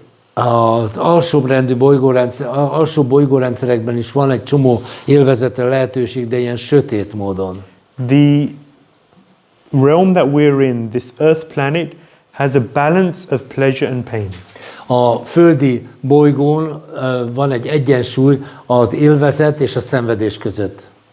Enough pain for us to remember this is not my home. Elég szenvedés van ahhoz, hogy megértsük, hogy ez nem az igazi otthonunk. I don't belong here. Nem ide valósi vagyok. This is not the real thing. Nem ez a valódi dolog. Nem az igazi. Krishna is the real thing. Kṛṣna az igazi. And I have to take shelter of the pastimes of Krishna and Krishna Kirtan. És ezért menedéket kell vegyek Kṛṣna kedvteléseiben és az éneklésében. And this is the real thing. És ez az igazi dolog. So we'll stop. I know there's more questions. We'll take more questions after. Vannak kérdések. Yeah, we'll have some more time. Hogyne. We'll just have a break now because we've had an hour and a half, and I think devotees to do some fresh air. But please be back in 10 minutes. Questions later? Yes. Okay, questions later. Grantaraj Śrīmad-Bhāgavatam ki. Jai! Jai! Gaura Bhakta Brinda ki. Some of the glories of Śrīmad-Bhāgavatam, we're going to continue with that now. A little bit about the setting or the scene of the Bhagavatam. Beszéltünk a Bhāgavatam dicsőségéről valamennyit, valamint az egész színről, hogy hogyan lett elbeszélve a Śrīmad-Bhāgavatam. So the first few verses of the Bhagavatam begin with glorification of the text. A Śrīmad-Bhāgavatam első néhány verse a szövegnek a dicsőítésével kezdi. Only Krishna can do this without being criticized. Ez csak Krisna teheti meg anélkül, hogy ezért őt megkritizálnák. Yeah, so Krishna says in the Bhagavad Gita, man bhava mad bhakto madhyaji mam namaskuru sarva dharmam parityaja mamekam sharan. He focuses on himself. Kṛṣṇa a Bhagavad Gitában mondja ezeket, és így igazából saját magára összpontosít, vagy fókuszál. Worship me, surrender to me, give everything to me. Hódolj meg nekem, gondolj rám, add át magadat teljesen nekem. In the same way, the Bhagavatam begins with this idea of Bhagavatam is glorifying itself. Ilyen szempontból akkor a Bhāgavatam ugyanezt csinálja, hogy saját magát dicsőíti. On what basis? De milyen alapon? Why does Krishna glorify himself? Kṛṣṇa miért dicsőíti saját magát? Why does Bhagavatam glorify itself? A Bhāgavatam miért dicsőíti saját magát? It's because by engaging with Krishna, by serving Bhagavatam, by worshipping Bhagavatam, only we are benefited.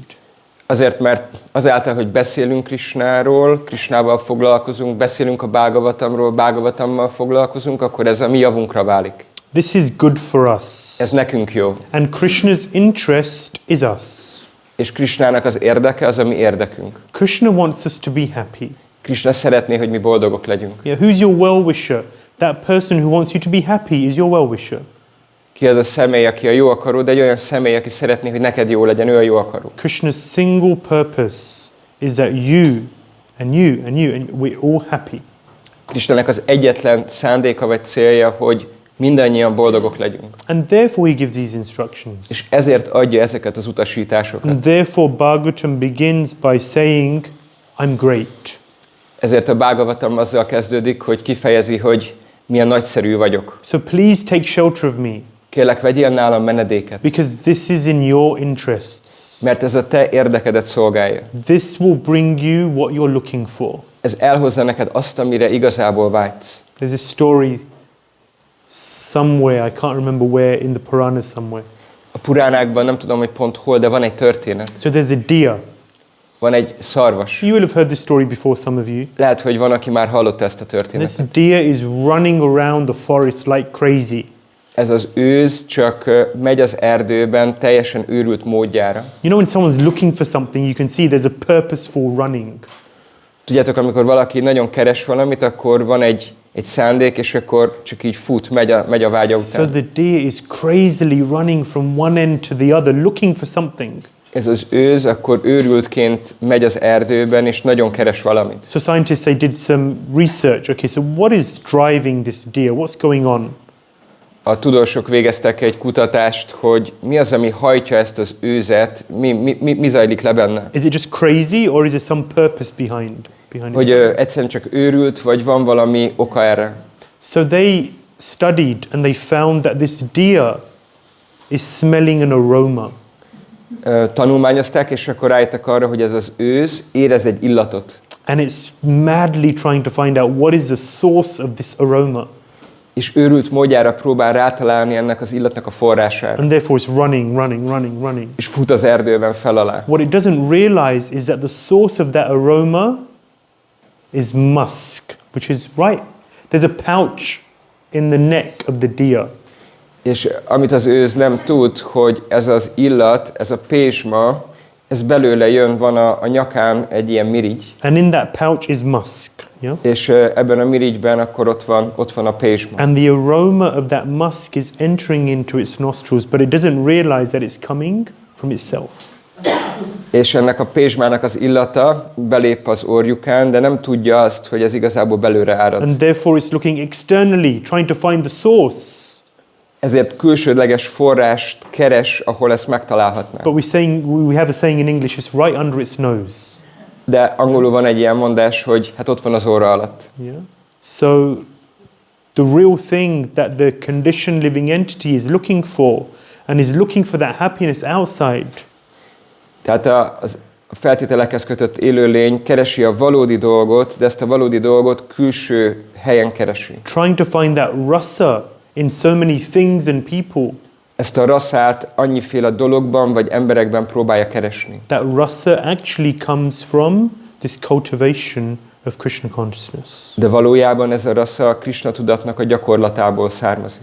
Kṛṣṇa consciousness ultimately is an affair of the heart. Végső soron a Kṛṣna tudat, ez a szívügy, szívnek egy ügye. It's a relationship of love between Krishna and the devotee. Egy szeretetteljes kapcsolatról szól a bakta és Kṛṣna között. So Bhāgavatam is saying, please take shelter of me, connect with me, become my friend, and in this way you will be benefited.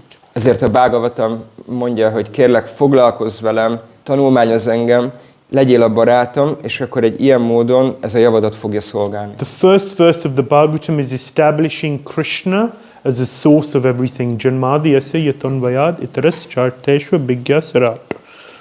Az első vers megalapozza azt, hogy Kṛṣna ő mindennek a forrása. So Krishna is everything. Kṛṣna, ő minden. And there's a long purport by Prabhupada which is establishing this from different angles of vision. És Prabhupada egy nagyon hosszú magyarázatot ad ehhez a vershez, amiben ezt nagyon szépen bemutatja. The second verse, we already mentioned it, dharma projita kaitvotra paramo nirmatsaranam satam. A második vers, amiről már korábban beszéltünk, ezt a kijelentést teszi. Yeah. So it's giving the highest truth, like we said. Elmondja a legmagasabb rendű igazságot, ahogy korábban említettük. It gives a qualification to really understand Bhāgavatam. Ad egy képesítést arra, hogy mélyen meg tudjuk érteni a Bhāgavatam. Can only be understood by non-envious persons. Amelyet csak irítségtől mentes személyek érthetnek meg. Fundamentally, what does this mean? Alapvetően mit jelent ez? An envious person finds it very difficult to take shelter of Krishna. Egy irigy személynek nagyon nehéz menedéket venni a Krishnánál. I remember when I didn't have a problem with Krishna, because I grew up with Krishna, but I had a problem when I first had to pay dandavats to Srila Prabhupada. Én nekem Krishnával úgy nem volt problémám, mert ebben nőttem föl, viszont problémám volt azzal, amikor Srila Prabhupádnak kellett teljes hódolatot ajánlani az elején. Why am I having to bow down, and not just, 5-pointed, but 8-pointed dandavats to another person? Miért kell nekem leborulnom, és teljes hódolatot ajánlanom egy másik személynek? My ego was being challenged. Ez egy kihívást jelentett az egóm számára. That I am surrendering to, paying respects to another person. Mert meg kellett hódolnom annak, hogy én hódolatot ajánljak, vagy tiszteletet ajánljak egy másik személynek. It's envy in the heart. Ez irítségre utal a szívben. Envy means you do not want to, your ego is crying out because you want to be the supreme, ultimately. Ez azt jelenti, hogy az ego kiabál, mert végső soron ő akar lenni a legfelsőbb személy. So we have to be able to accept that Krishna is the controller and Krishna is the enjoyer. Végső soron el kell fogadnunk, hogy Kṛṣna az irányító, és Kṛṣna az élvező. At least theoretically. Legalább elméletben el kell fogadnunk. And over time, it becomes more and more of a realization. És idővel ez egyre inkább megvalósítássá válik. So okay, you don't have to be a pure devotee. Oké, nem kell tiszta baktává válni. The Bhāgavatam, by reading and studying it, we become a pure devotee by the process of Bhāgavatam. Hanem azáltal, hogy tanulmányozzuk a Śrīmad-Bhāgavatamot, a folyamat követésével válunk tiszta baktává. But we have to be able to accept that Krishna is everything.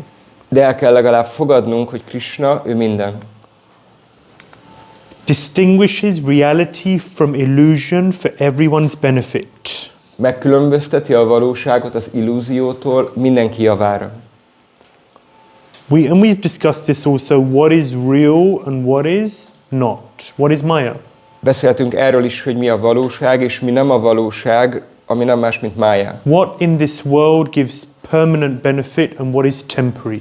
Mi az, ami maradandó javunkat szolgálja, és mi az, ami pedig csak átmeneti. Yeah, illusion, Maya, that which is not.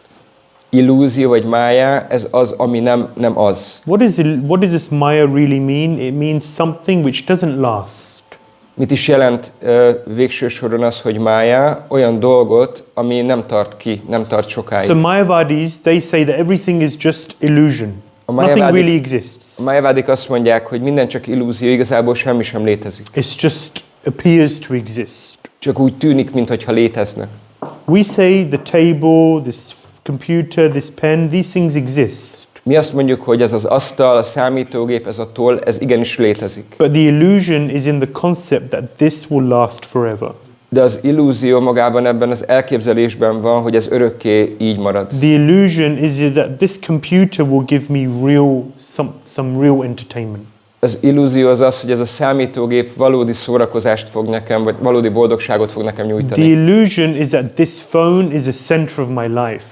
Ez egy illúzió, amikor azt gondoljuk, hogy ez a telefon, ez az életemnek a középpontja. They can be used in Krishna consciousness, of course. Ezeket lehet használni természetesen Krisna szolgálatában. But we have to be very careful also. De nagyon óvatosnak is kell lennünk. So, reality distinguished from illusion. What is the real thing? A valóság, ami meg van különböztetve az illúziótól, mi az, ami igazi? Yeah. So Bhagavatam is establishing for us, making clear for us what is real. A Bhágavatam ezt bemutatja, és nagyon világossá teszi a számunkra, hogy mi az igazság, And mi a valóság. we have to direct our energies in reality. És az igazság felé kell az energiáinkat csatornáznunk. And everything else we may use to propel us in heading towards that reality. És minden mást pedig olyan módon kell használnunk, ami ebbe az irányba, az igazság irányába visz bennünket. The problem is that even as devotees, we're meant to use things, but those things end up using us. A fő probléma az, hogy akár baktákként nekünk kéne használnunk dolgokat, de végül ott kötünk ki, hogy ezek a dolgok használnak bennünket. Mark Zuckerberg doesn't allow his children to use Facebook. Mark Zuckerberg nem engedi meg a gyerekeinek, hogy a Facebookot használják. Yeah, it says something about Facebook. Ez valamit elárul a Facebookról. Right? Anyway, I won't go any further with that. Majd erről beszélünk még. What are the three miseries? Mi a háromszori szenvedés, vagy a háromféle szenvedés? Question. Ez egy kérdés felétek.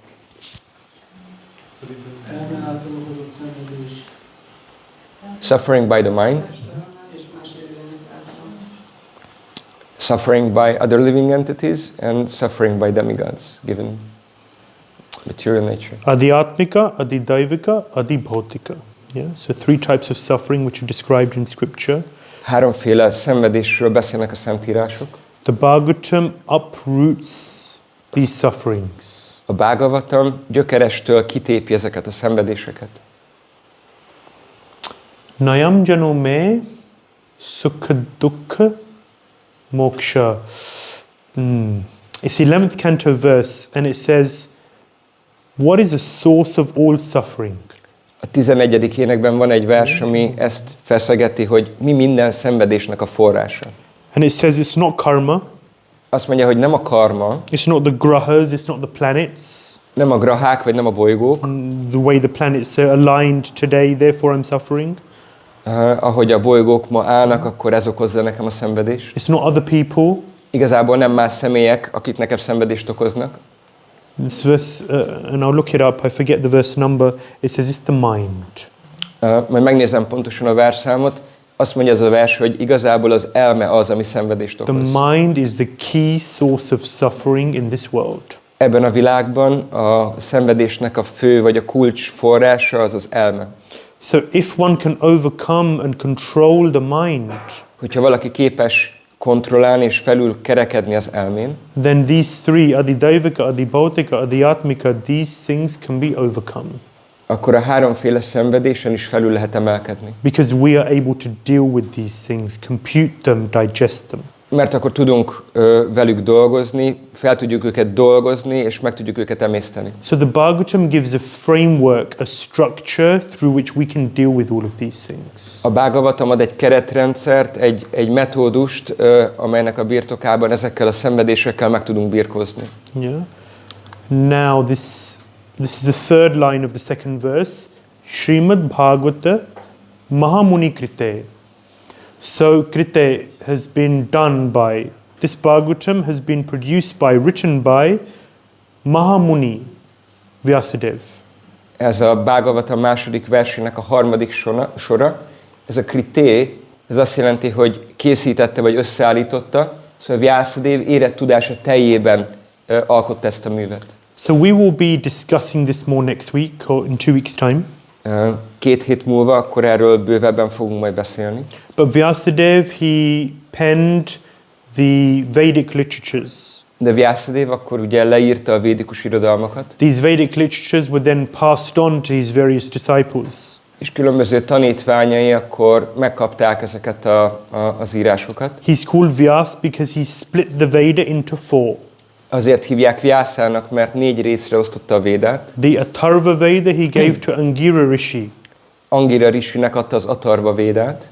The Yajur Veda he gave to Paila. Pajlának adta a Yajur Védát. The Samaved he gave to Jaimini. Jaimininek adta a Számavédát. Rigved he gave to Vaishampayana. Vaishampayana Muninak adta a Rigvédát. And then he gave the Puranas, supplementary, to Ramaharshan Sutta. És Ramaharsana Sutta kapta meg tőle a kiegészítő írásokat, a puránákat. They then expanded, És akkor preached.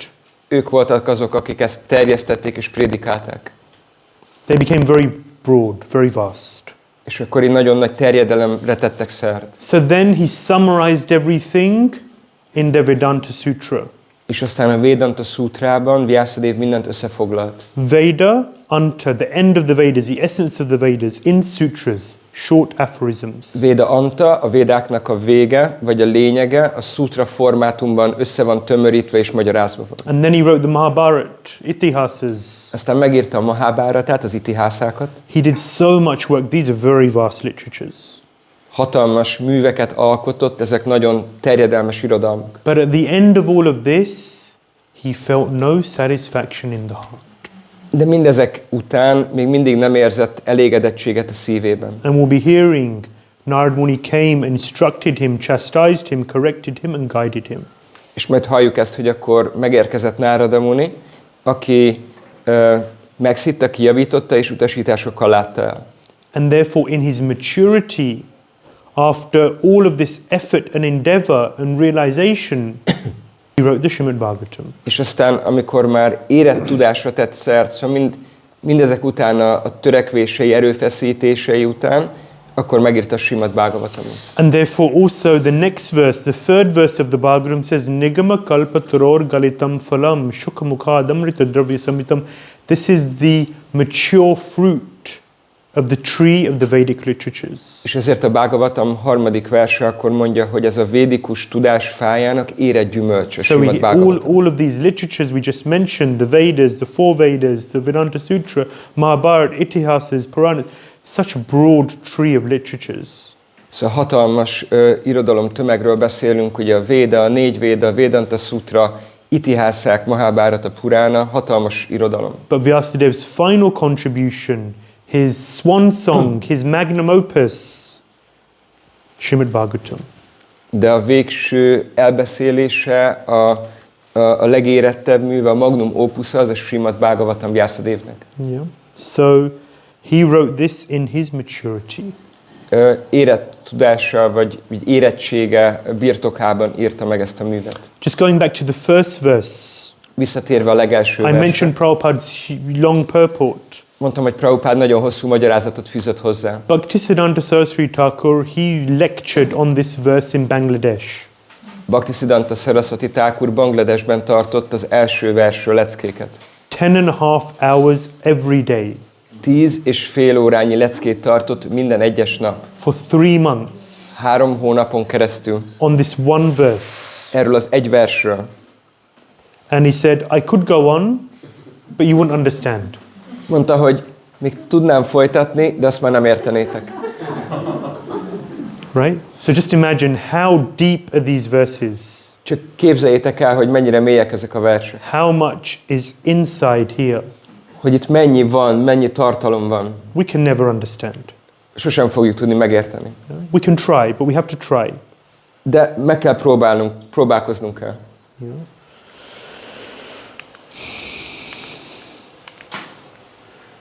Carrying on with the second verse, Kim va parair Ishvaraha, it says. What else do you need? You don't need anything else to know Krishna. Folytatva a második verssel, szóval mi másra van szükség, semmi másra nincs szükség Kṛṣna megvalósításához. Bhaktisiddhanta Saraswati Thakur said that if all of the written books, all of the literatures of this world were burnt, Bhaktisiddhanta Saraswati Thakur azt mondta, hogy a világ összes könyve elégne, akkor sem lenne probléma. no problem. Nincs probléma. Just Bhagavatam should stay. Akkor csak a Bhāgavatam, hogyha megmarad. Because Bhagavatam is the key to understanding Krishna. Mert a Bhāgavatam az Kṛṣna megértésének a kulcsa. Yeah. Kim va parair Ishvara. You don't need anything else. Semmi másra nincs szükség. This is sufficient to learn and understand Krishna. Ez elégséges ahhoz, hogy megtanuljunk mindent Kṛṣnáról és megértsük őt. Through this, yeah, Ishvara sadhya hridaya avaruddhyate. We invite Krishna into our hearts. A Bhāgavatamon keresztül meghívjuk Kṛṣnát a szívünkben. Does anyone have this verse that we sent out a few days ago? It's 284. A 2.8.4-es vers megvan-e valakinek, amit kiküldtünk Can néhány someone nappal read ezelőtt? out the translation on their phone in Hungarian? Valaki elolvasná a fordítást magyarul a telefonjáról?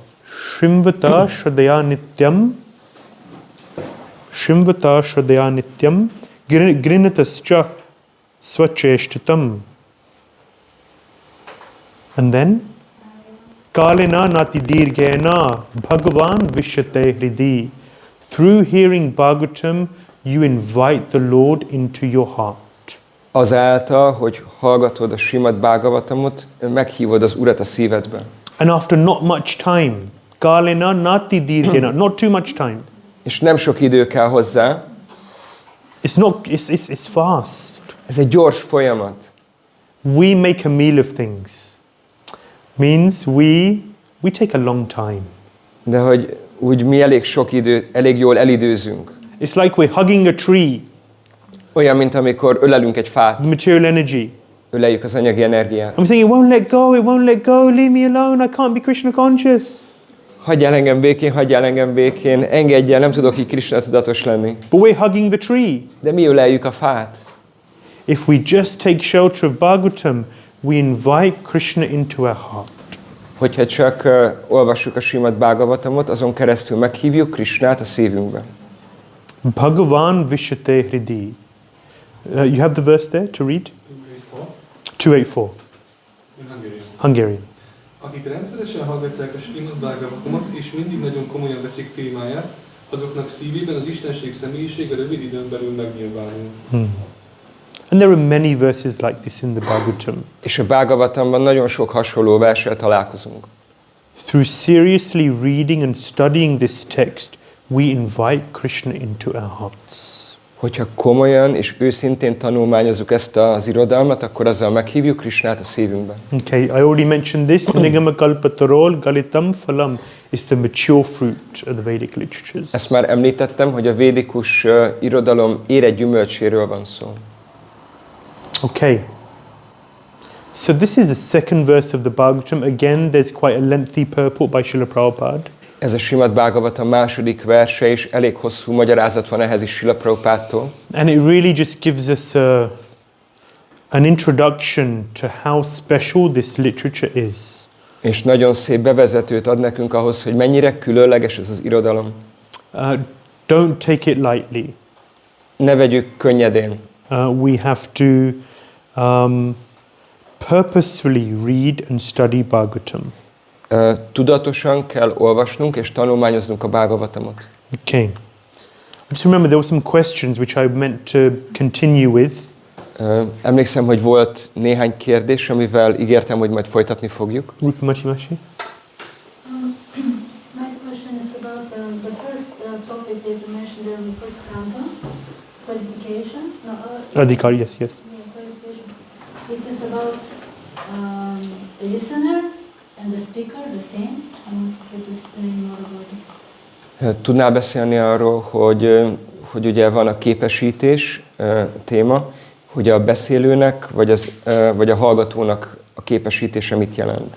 So in the first and second chapter there are a few purports where this is spoken about in quite some detail. Az elsőnek második fejezetében van néhány vers, ami ami ezzel a témával foglalkozik, és ott a magyarázatokban elég részletesen olvashatunk erről. So we mentioned the sages of Naimisharanya together. Mondtuk azt, hogy Naimisharanya erdeiben ott vannak a bölcsek. Sutta Goswami enters. Sutta Goswami megjelenik. And then Srila Prabhupada elaborates on what the qualification of a speaker is. És Srila Prabhupada beszél részletesen arról, hogy egy beszélőnek mi a képesítése. He should be pure in mind.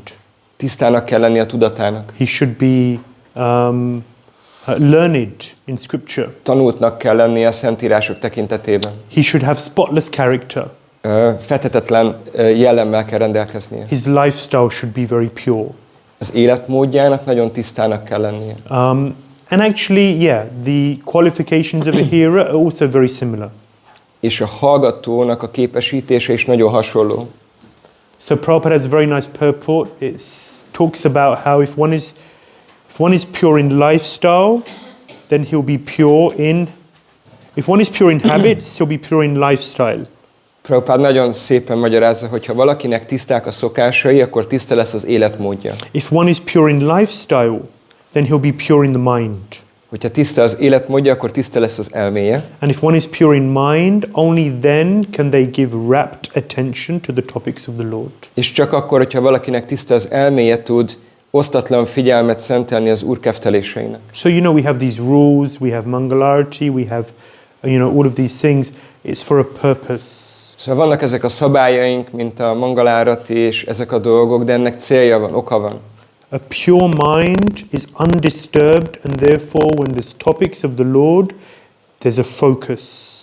Egy tiszta elme az zavartalan, ezért amikor az Úrról szóló témák jönnek fel, akkor ott van a fókuszálás, vagy az összpontosítás. How to know what your biggest attachments are? Honnan tudhatjuk, hogy mik a legnagyobb ragaszkodásaink? When you pick up your bead bag, the first thoughts that come to you in the first 3 minutes, they're your biggest attachments. Amikor felveszed a dzsapazsákodat, és ami bejön az elmédbe az első 3 percben, akkor tudhatod, hogy azok a legnagyobb ragaszkodások. Where does the mind run to? That's what you're attached to. Hova szalad egyből az elme? Ott vannak a legnagyobb ragaszkodások. Yeah, so the mind flies. For the conditioned soul, the mind flies around, here, there and everywhere. Egy feltételekhez kötött lélek esetében az elme az ide-oda röpköd. Faster than the speed of sound is the speed of light. Gyorsabban, mint a hang vagy a fénysebesség. And faster than the speed of light is the speed of the mind. És pont ez, hogy a fénysebességnél egy dolog van, ami gyorsabban megy, az az elme. So, how to develop a pure mind, a pure habits, pure lifestyle. Hogy lehet tiszta elmét teremteni, úgyhogy tiszták a szokásaink és tiszta az életmódunk. So those qualifications are given, they're in the first couple of chapters. Ezek a képesítések, ezek ott megtalálhatók az első fejezetekben. Amaraprabhu? Amaraprabhu? Szeretném megkérdezni, hogy említettál, hogy Chaitanya Prabhu vagy a Vyāsadeva Sámnak ki mondta, Sutta Goswami, hogy amikor elmondta a Bhágavatamot, hogy Vyāsadeva azt jegyezte le, hogy akkor ő is ott volt a gyülekezetben, hogy ez hogy történik le, hogy valami pontosabban mondani. You mentioned that when Sutta Goswami was in the assembly, then Vyāsadeva wrote down that version. Yes. Could you please elaborate on this? So how does the question is, was he also present? Was he also present? Right. Yeah. So the Vyāsadeva was a very special personality. Actually, he's a literary incarnation of the Lord. Vyāsadeva egy nagyon különleges személyiség, nem más, mint az istenség legfelsőbb személyiség irodalmi inkarnációja. Of course, the way knowledge was generally passed down was through hearing. Ahogy a tudás eredetileg alászállt, az a hallás útján történt meg, tehát azon keresztül szállt alá a tudás. Up until Kali Yuga, personalities were Shruti-dhar. Whatever they heard, they remembered verbatim. A Kali Yuga kezdetéig a személyek Shruti-dharák voltak, az azt jelenti, hogy szó szerint képesek voltak hallás útján emlékezni. You hear it once and it sticks. Hallották egyszer, és beragadt. Brahmacharya allows better memory. A brahmacharya lehetővé teszi a jobb memóriát. So the principle, not brahmacharis, brahmacharya, the principle of brahmacharya. A brahmacharjának az elve. It was natural. Ez egy természetes dolog volt. But Vyāsadeva was on a different platform. He was functioning on a different platform. De Vyāsadeva egy más szinten volt. It's described that he was trikalagya. He knew past, present and future. Azt mondják, hogy ő trikalagya volt, az azt jelenti, hogy látta a múltat, a jelent és a jövőt. So he didn't have to be physically present in order to hear the Bhagavatam. Nem kellett, hogy személyesen jelen legyen ahhoz, hogy hallja a Bhagavatamot. He had an understanding of what was happening and where. Volt egy megértése arról, hogy mi és hol történik. So he had a vision, I guess you could say, of what was happening, and therefore wrote it from that vision. Volt egy látomása arról, hogy mi történik, és ebből a látomásból írta le. Yeah. Anyone else? Yes. Valaki más? In this connection, Vyāsadeva himself compiled Śrīmad-Bhāgavatam to give it to his son. But he wrote it down after a while. And we mentioned here that in his maturity he wrote or compiled. What happened during this time? Why he needed to become more mature to write it down? Question to understand what I mean. I mean, when he compiled, he didn't write it down, but after he heard his son speaking, after he heard Sutta Goswami speaking, then he wrote it down. It appears to me that he waited for this to make his own composition better. Okay. Is it true? Ugye, amikor elmondta a fiának, és akkor a fia pedig elmondta Parīkṣit Mahārājnak, úgy meg Sutta Goswami elmondta, hogy addig nem írta le Vyāsadeva, csak azután, hogy Sutta Goswami elmondta, hogy ő is várt arra, hogy úgy még érettebbé váljon, vagy még teljesebbé váljon a Bhāgavatam. So Vyāsadeva, what did he give to Shukadeva Goswami? Szóval mi az, amit Shukadeva Goswaminak adott Vyāsadeva? He gave 2 verses actually. Igazából 2 verset adott neki. Aho Bhakiyam Stanakalakutam is describing how merciful Krishna is. Beszélt neki arról, hogy Krishna mennyire kegyes. And then the second verse, 10:21:5 from the Bhāgavatam, Bharpidam Natavaro Vapu Karneo Karnikaram, describing Krishna's beauty. És a 10:21:5-ös vers, az pedig beszél Krishnának a szépségéről, ez volt a másik vers, amit elmondott a fiának. So these 2 verses describing Krishna's mercy and describing Krishna's beauty, these 2 verses, they really stuck. This is what Vyāsadeva gave to Shukadeva Goswami through his disciples, and this is what stuck and attracted Shukadeva Goswami. Ez volt az a 2 vers, amit Vyāsadeva a tanítványainak adott, és akkor ez a 2 vers volt, ami nagyon vonzott a Shukadeva Goswamit. It's not that Vyāsadeva didn't know what the essence of all wisdom is. Nem arról van szó, hogy Vyāsadeva nem tudja, hogy minden bölcsességnek mi a lényege. He knew that Krishna is the supreme personality of Godhead. Tudta, hogy Krishna az Istenség legfelsőbb személyisége. Just when he penned the Vedic literatures, everything got a little confused and he gave the whole plethora of systems and processes, and it was just too much. De akkor ugye az egész védikus irodalmat megalkotta, és az összes létező rendszerről beszélt, nagyon komplikáltá vált, és akkor ez már csak túl sok volt. So over time, his realization became deeper, stronger and clearer. És akkor így idővel a megvalósítása még inkább elmélyült, még világosabbá és egyértelműbbé vált. He became purified. Megtisztult. Of course, he's a literary incarnation of the Lord. It's a lila.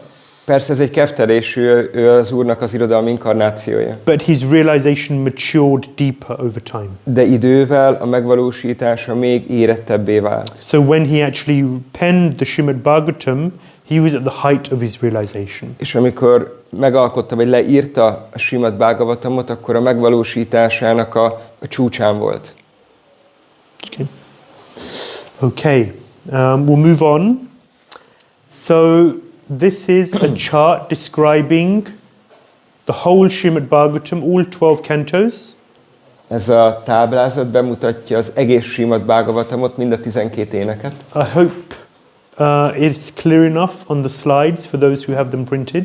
Remélem, hogy a dián, amit kiküldtünk, akkor ez elég egyértelmű, jól látható. So we see that it begins here with the conversation, Nārada and Vyāsadeva.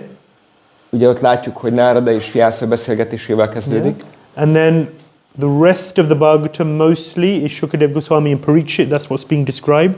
És ugye a Bhāgavatam legnagyobb részében Shukadeva Goswami beszélget Parīkṣit Mahārāja. And then, of course, so we begin with the first story is Sutta Goswami and Shaunaka Rishi, the sages. És persze Sutta Goswami és a Shaunaka Rishi vezette bölcsek párbeszédével kezdődik az egész. Yeah.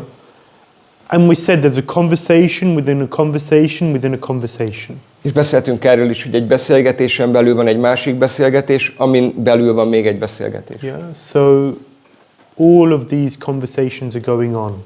Mindezek a párbeszédek zajlanak párhuzamosan. Throughout the Bhagavatam, and it's interesting it helps you just to get your head around understanding, okay, so who's speaking now? And who's describing this conversation and who's describing that conversation? It's just a chart which helps to understand.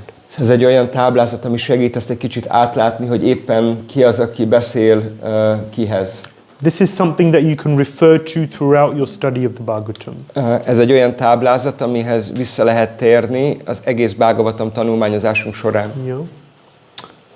Moving on. Okay, so Sutta Goswami talking to the 88,000 sages of Naimisharanya.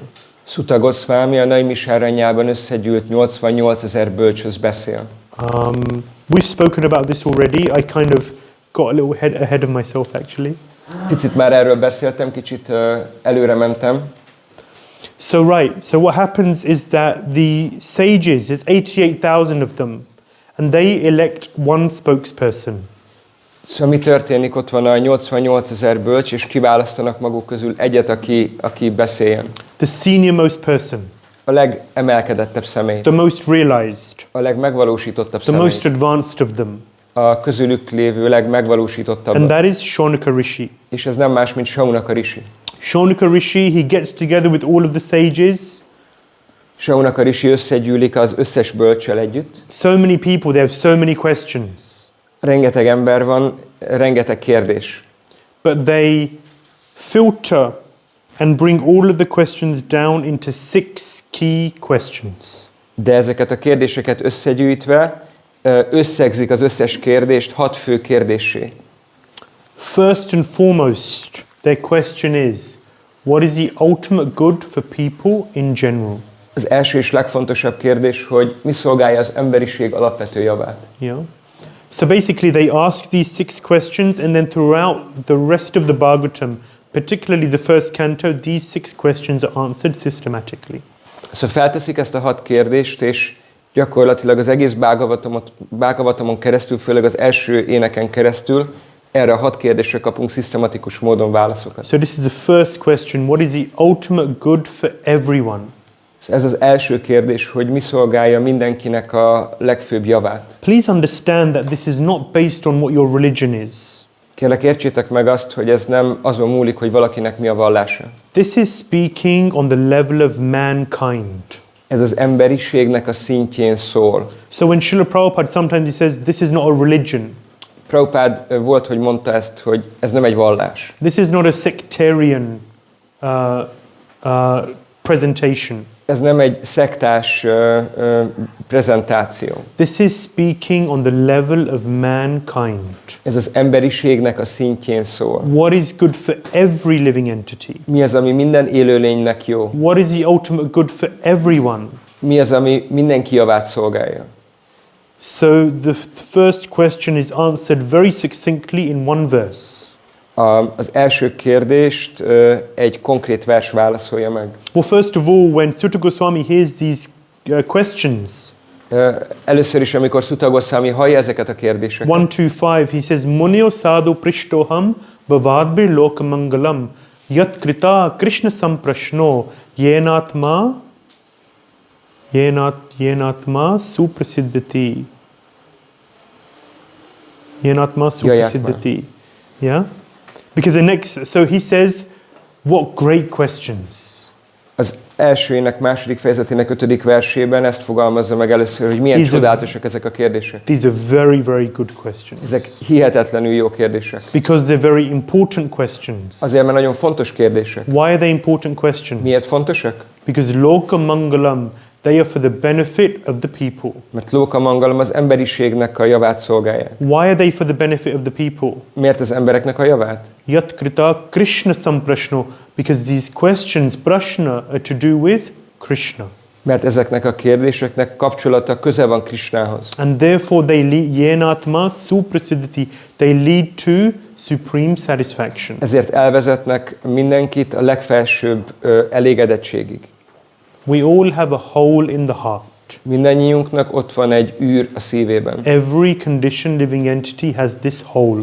Minden feltételekhez kötött léleknek ott van ez a lyuk, vagy űr. And we try to put so many different things into this hole. És annyiféle dolgot próbálunk beletömni ebbe az űrbe vagy lyukba. Computers, phones, watches, cars, houses, partners, so many different things. Számítógépeket, telefonokat, autókat, lakásokat, kocsikat, partnereket, annyiféle különféle dolgot. But it's like a puzzle. De olyan, mint egy ilyen puzzle. And you have one last piece in that puzzle. És van egy utolsó darabja a puzzle-nak. And you can try and put from another puzzle, you can try and put this piece in. From another puzzle, you put a piece in. It doesn't fit. De próbálhatsz annak az egy puzzle-nak a helyére berakni bármi mást egy másik puzzle-ből, nem fog beleilleni. That last piece in the puzzle has a particular shape, and only that shape will fit. Annak az utolsó puzzle-nek van egy konkrét formája, és csak az az egy dolog fog beleférni. What is that shape, that hole in the heart, that missing link? Mi az a forma, az a lyuk a szívben, a hiányzó darab? Krishna. Krishna. It's the shape. Krishna a formája ennek a darabnak. And that is what we have to fit into the heart. Ez az, amit nekünk bele kell illesztenünk a szívünkbe. Devotional service to that person. Odaadó szolgálat ennek a személynek. So Sutta Goswami, he says, what great questions. Sutta Goswami mondja, hogy milyen csodálatos kérdések. That's 125. Ez az 1-2-5-ös vers. And then 126, the very next verse, he answers this question. És a következő versben erre a kérdésre ad választ. He says, Sāve pumsam paro dharmo yato bhaktira dokshaje ahaituki apratihata yayatma suprasiddhati. That's it. That's the difference. Yenatma suprasiddhati and yayatma suprasiddhati. So anyway, how to bring supreme satisfaction to the self. Hogyan lehet az önvaló számára a legmagasabb rendű boldogságot megtalálni? Sāve pumsam paro dharma. What is the greatest occupational duty of mankind? Mi az emberiségnek a legmagasabb rendű hivatása? Yeah, so again, pumsa. It's not saying Hindu. It's not saying Hare Krishna. It's saying pumsa. Nem azt mondja, hogy hindu, vagy nem azt mondja, hogy Hare Krishna, hanem azt mondja, hogy pumsa. Mankind. Azt mondja, hogy emberiség. The greatest religion of mankind is yato bhaktir adokshaje. Bhakti, devotional service to adokshaja, the infallible one. Az emberiség legmagasabb rendű hivatása az, hogy odaadó szolgálatot végezni adoksajának, a tévedhetetlennek. Or that person who is beyond the senses. Annak a személynek, aki túl van az érzékeken. Krishna. Krishnának. What kind of devotional service does it have to be? És milyennek kell lenni ennek az odaadó szolgálatnak? Ahaituki apratihata. It has to be without cause, without motivation. Ennek az odaadó szolgálatnak motivációtól mentesnek kell lenni. And apratihata, unceasing. És megszakítatlannak. Continuous. Folyamatosnak. Everything in our lives has to be connected to Krishna. Mindent az életünkben össze kell kapcsolnunk Krisnával.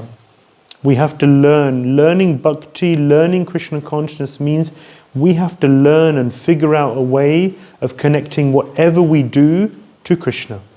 Tanulni Krisnáról, tanulni a Krishna tudatban azt jelenti, hogy megtaláljuk, megértjük annak a módját, hogy hogyan tudunk mindent az életünkben összekapcsolni Krisnával. And it's this kind of devotional service that brings supreme satisfaction to the self. És ez a fajta odaadó szolgálat az, ami végső elégedettséget nyújt az önvaló számára. This is the ultimate good for mankind. Ez az emberiségnek a legfőbb jó dolog, ami történhet vele. That is the first question and answer. Ez az első kérdés és első válasz. Second question. Második kérdés. What is the essence of all scriptures? Mi minden szentírás lényege? Can you guess what the answer is? Tippeltek, hogy mi lehet a válasz? Any guesses? No scriptures. Śrīmad-Bhāgavatam. Śrīmad-Bhāgavatam. Yes, so we said, what is the essence of all scriptures? Mi az összes szentírásnak a lényege? The scriptures. Szentírás. Huh? No, scriptures. What is the essence? Oh, so you're understanding it like that. Krishna. Yeah? So the essence of all scriptures, is love of God, is Krishna. Ugye Isten iránti szeretet, Krisna. So Vyāsadeva wrote so many scriptures. Vyāsadeva annyi szentírást írt. Yeah, so some scriptures say Durga, Shakti. Vannak szentírások, amik Durgáról, Shaktiról Worship her, you'll get everything you like. Imádd őket, mindent megkapsz tőlük. Some say worship Lord Shiva, he's Ashutosh, easily pleased, he'll give you whatever you want. Vannak szentírások, azt mondják, imádd az Úr Shivát, Asutost, ő nagyon könnyen elégedetté lehet tenni, mindent megad. Yeah, the gopis of Vrindavan, they're worshipping Katyayani, they're worshipping Durga to get a husband. Vrindavanban a gópik Katyayánit imádják, Durgának egy formáját, hogy férjet kapjanak. Yeah, so there's so much justification for worshipping so many different demigods.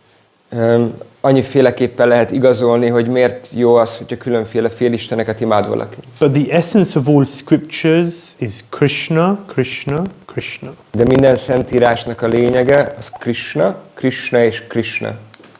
Why did Krishna appear? Miért jelent meg Krishna?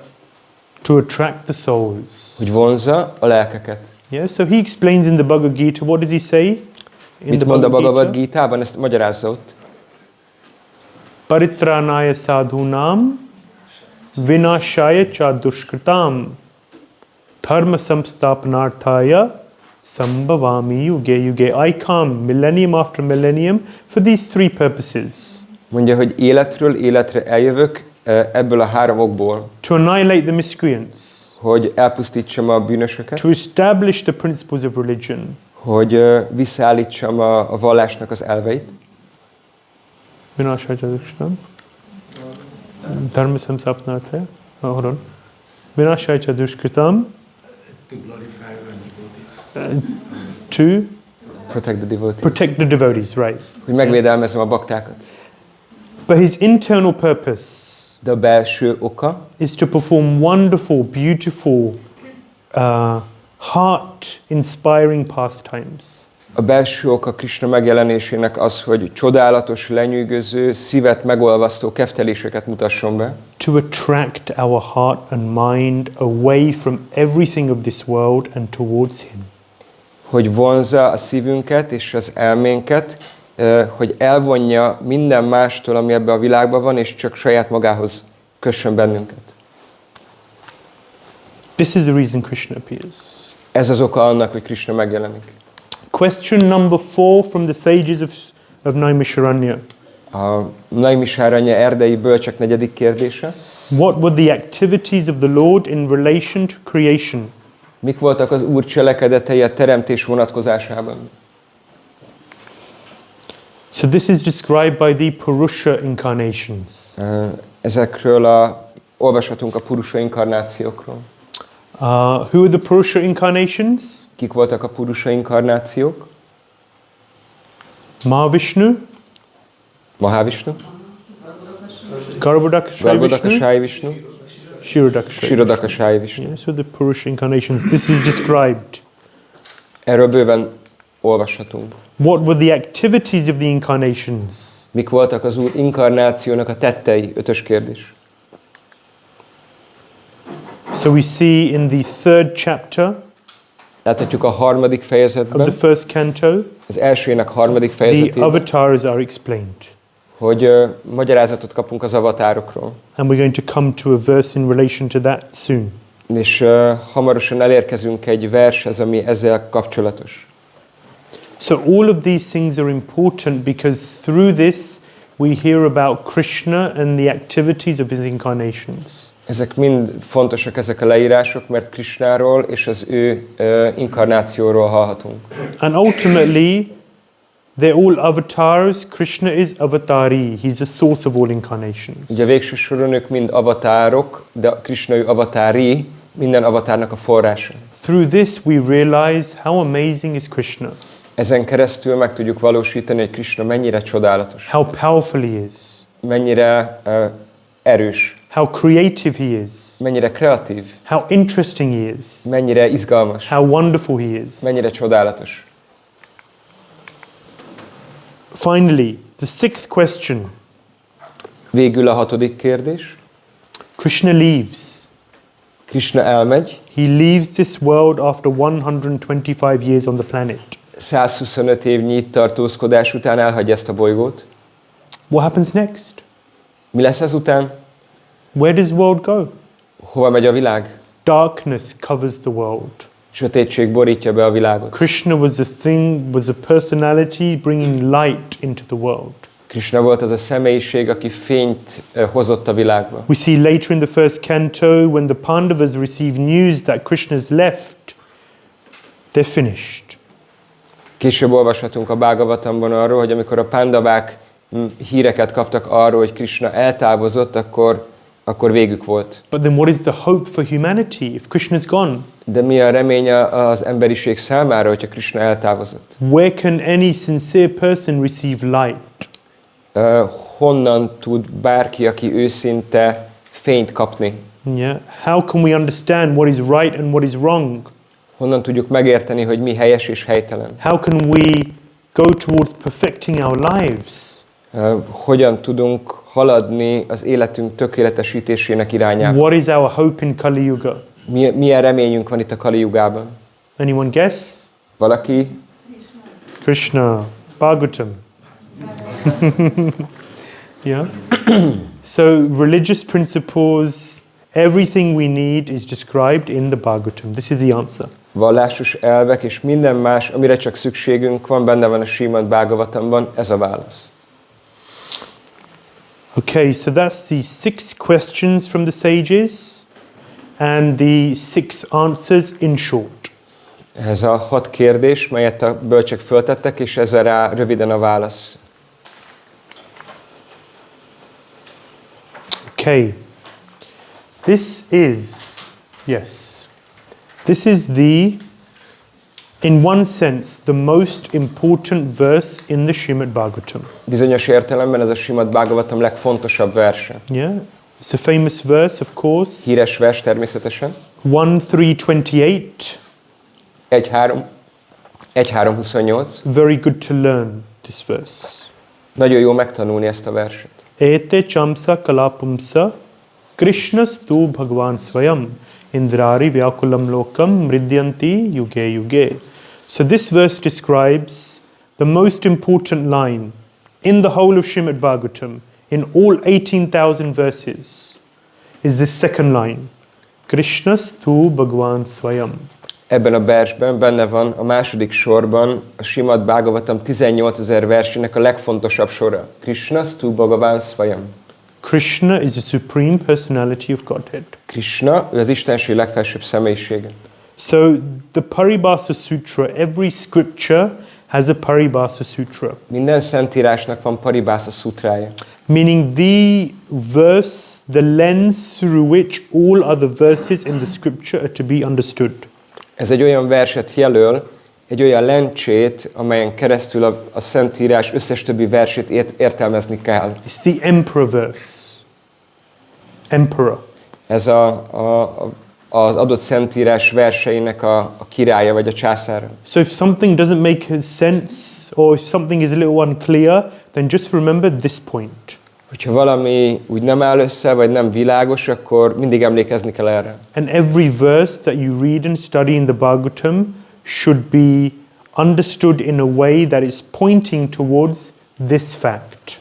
És bármi, amit olvastok a Śrīmad-Bhāgavatamban, akkor azt olyan módon kell értelmezni, ami ebbe az irányba mutat. Whenever you read Bhagavatam, keep this point in mind. Bármikor, amikor a Śrīmad-Bhāgavatamot olvassátok, erre mindig emlékezzetek. So when you're reading about and getting confused over the cosmic creation, amikor az ember olvassa a kozmikus teremtésről és összezavarodik, there's 5 different the process of creation is described 5 times in the Bhagavatam. A teremtésnek a folyamatát a Bhāgavatam 5 helyen leír. From 5 different perspectives. 5 különféle nézőpontból. And when you're poring over that and getting confused, amikor az ember ezt úgy próbálja megérteni, akkor összezavarodhat. Or when you're looking at cosmology in the 5th canto, Ugye amikor vizsgáljuk a kozmológiát az 5. énekben. or the hellish planets in the 5th canto, Vagy ott vannak a pokoli bolygók az 5. énekben. and you're thinking, my God, why do I need to know about all of this?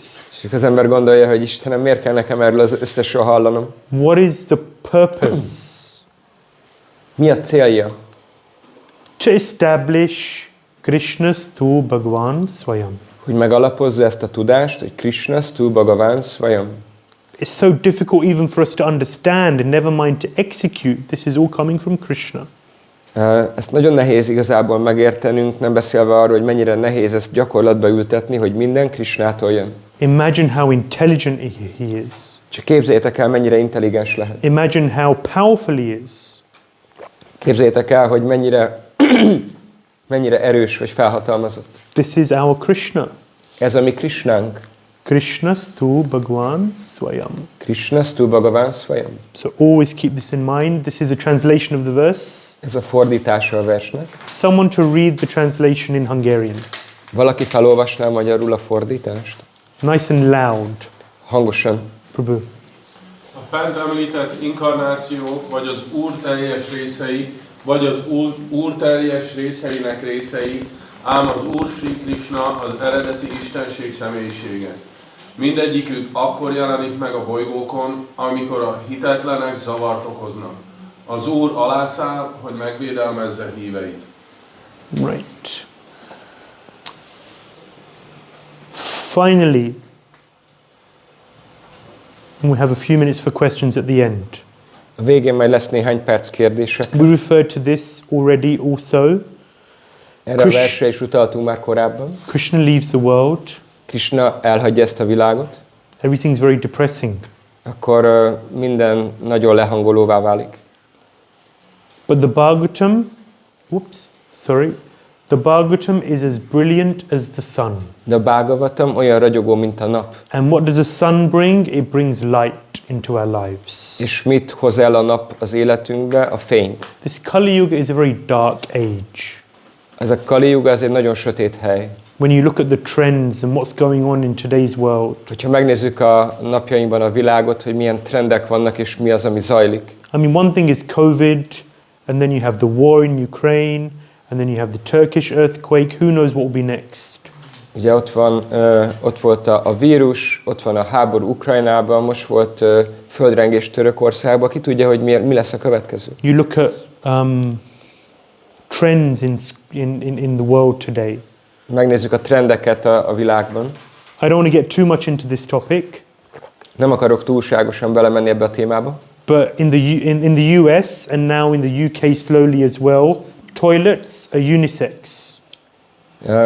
Ugye Amerikában és most már Angliában is a WC-k, azok unisex WC-k.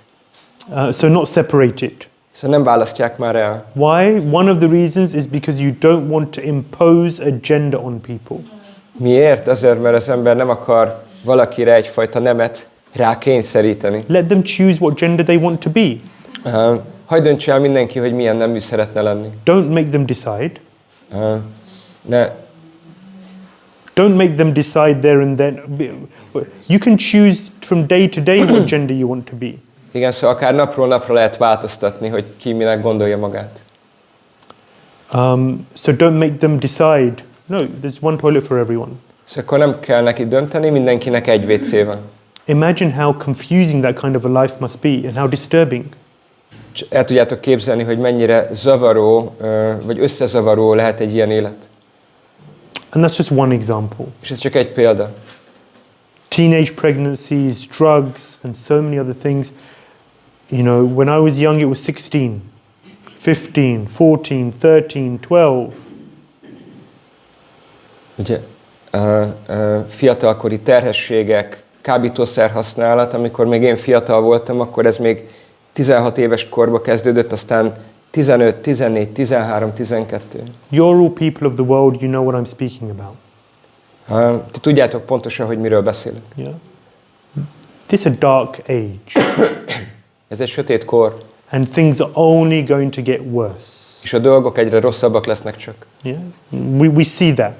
Ezt látjuk. And Bhagavatam says it also. És a Bhágavatam is beszél róla. And we're only 5,000 years into Kali Yuga.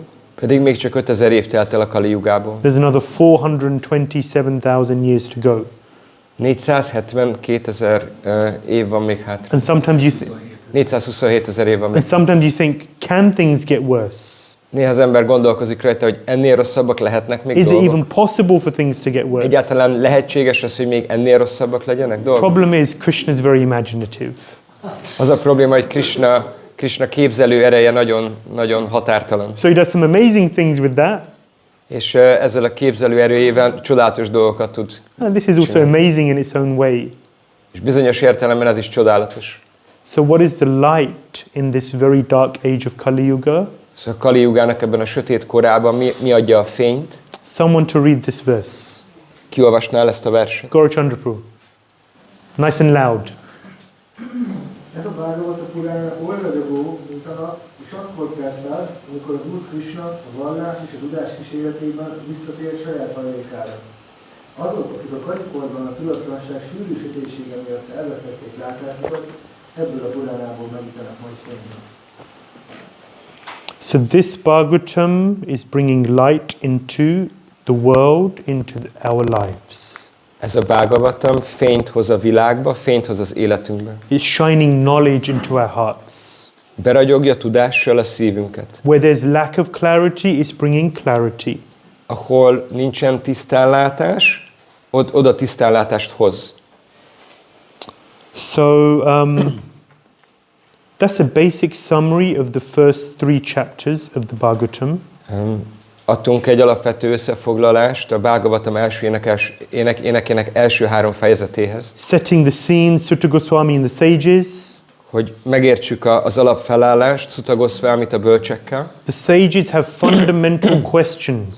A bölcseknek alapvető kérdéseik vannak. And we went through the answers to those questions. És átbeszéltük röviden ezeknek a kérdéseknek a válaszait. What is the eternal duty of mankind?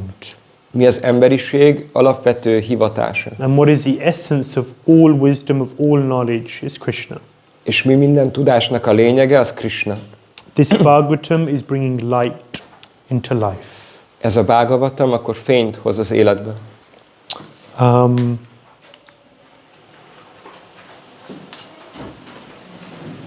So we will continue in 2 weeks' time.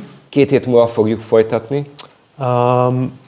And we'll start with chapters 4 to 6, which is a conversation between Nārada Muni and Vyāsadeva. És a 4., 5., 6. fejezettel fogunk foglalkozni, ami Vyāsadeva és Nārada Muni közötti beszélgetést. As I mentioned, it's one of my favorite parts of the Bhagavatam. Ahogy említettem, ez az egyik kedvenc részem a Bhāgavatam. It's very beautiful, very instructive. Nagyon csodálatos, és nagyon sok tanítás vagy instrukció van benne. Are there any questions on anything we've discussed today? Van-e valakinek kérdése azzal kapcsolatban, amiről ma beszéltünk? Before we stop, we still have a few minutes. Még egy pár perc van hátra. Trilokarmapu. Ezzel a lecke sorozattal kapjuk egy ilyen motivációt tanulmányozni a Bhāgavatamot, ami nem itt történik, hanem otthon, de tud erre valami módszert adni. By this series we receive an inspirations to study Bhāgavatam at home. But studying Bhāgavatam will happen at home. So could you please give us a formula or a method to study Śrīmad-Bhāgavatam on our own? Many things to say. It's a whole seminar in itself on how to study scripture. Lehetne erről egy külön szemináriumot tartani, hogy hogyan kell tanulmányozni a Szentírást. Yeah. So first of all, it's effective. You know, I never studied in groups. Én nem annyira... For a long time. For a long time. Sok időn keresztül akkor ilyen csoportos tanulmányozásban nem vettem részt. I always studied alone when I was at school, you know, when I was young. Amikor fiatal voltam, iskolába jártam, akkor saját magam egyedül tanulmányoztam. But over time, as I discussed Shastra with friends, I found that it was a much richer and deeper experience. De amikor idővel a barátaimmal kezdtem el tanulmányozni közösen a Bhāgavatamot, akkor rájöttem, hogy sokkal gazdagabb élményben részesülök. It's a very important verse in the Bhagavad Gita, 10:9. Ez a 10:9-es verse a Bhagavad Gita-nak, ez nagyon fontos. Does anyone know the verse? Kathajantascha mamnitya. Matchitta matkata prana bodhayantascha parasparam kathayantascha mamnityam tushyanti cha ramanti cha. Very nice verse. Nagyon szép vers. It says, when my devotees come together, what do they do? Kṛṣṇa mondja, hogy amikor a bhaktáim összejönnek, akkor mit csinálnak? They speak about the football. Akkor beszélnek a fociról? Celebrities. Hírességekről? The latest gossip. A legfrissebb pletykákról? Or the problems of the world and Kali Yuga. A Kali Yugáról és a világ problémáiról? And how everything's going down, down, down. És hogy mennek egyre jobban lefelé a dolgok? No, Kṛṣṇa says what do devotees do when they come together? They talk about topics about me. Nem, Kṛṣṇa mondja, hogy amikor bhakták összegyűlnek, akkor rólam szóló témákról beszélgetnek. Kathayantascha mam. They talk about me. Rólam beszélgetnek. And not just sometimes, but nityam, always. Nem csak valamikor, hanem nitya, mindig. And as they do this, és amikor ezt teszik, tushyanticha, they become very satisfied. Akkor nagyon elégedetté válnak. And ramanticha, they become blissful. És nagyon boldogok lesznek. So I would say if you can find one other person, at least one other person, and study together, that's a very powerful thing, very powerful Ezért process. azt javasolnám, vagy azt mondanám, hogyha csak tudsz találni egy másik szemét, akivel tudsz együtt tanulmányozni, vagy olvasni, akkor ez egy nagyon hatékony dolog. Second thing, that in the English-speaking world, it's a flood with study guides for all of our scriptures. Másik dolog, hogy az angolul beszélő világban hihetetlen mennyiségű tanulmányi kalauz van minden szentírásunkhoz. And in Hungarian, our college has wonderful study guides. És Magyarországon itt a főiskolánknak csodálatos tanulmányi kalauzai vannak. Those study guides give us a structure and a method by which we can go through the scriptures. Ezek a tanulmányi kalauzok akkor adnak egy módszertant, amelyen keresztül végig vehetjük a Bhāgavatamot, mondjuk. And give us a mode through which we can study. És adnak egy módszert, ahogy tudjuk tanulmányozni.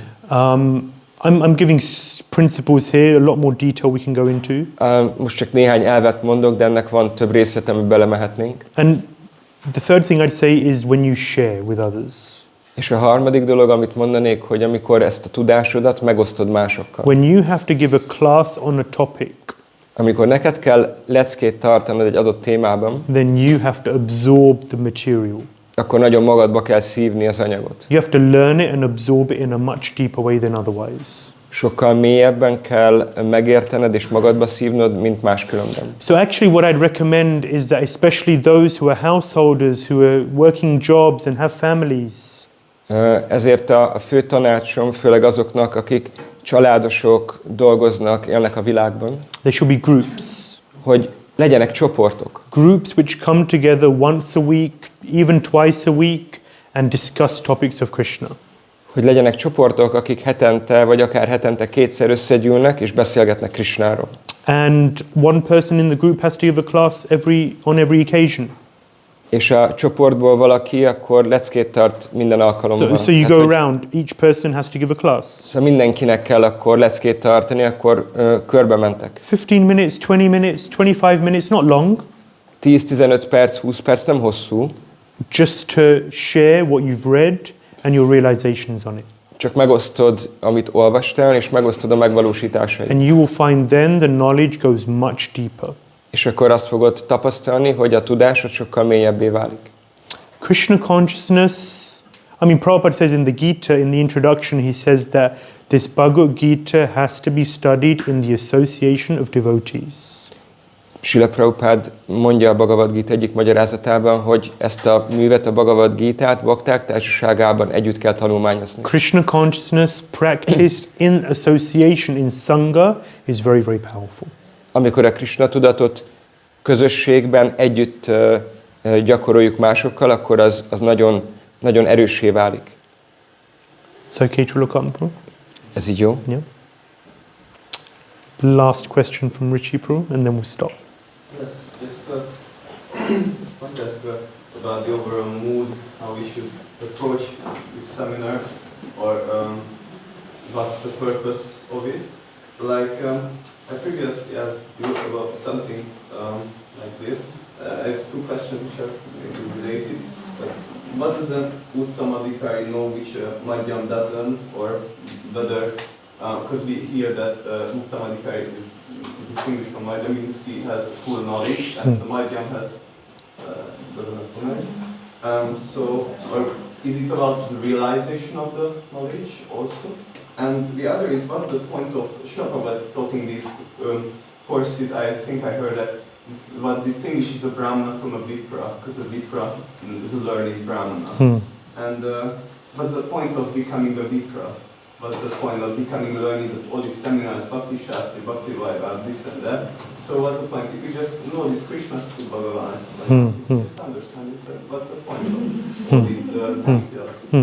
Szóval mi a célja ezeknek a részleteknek, vagy ezeknek a sok tanulmányozásnak, szemináriumnak, hogyha igazából minden szentírás konklúziója az, hogy Krishnastu Bhagavan Swayam. Szóval, hogyha ezt tudjuk, akkor miért kell ezt a többi dolgot hozzátenni?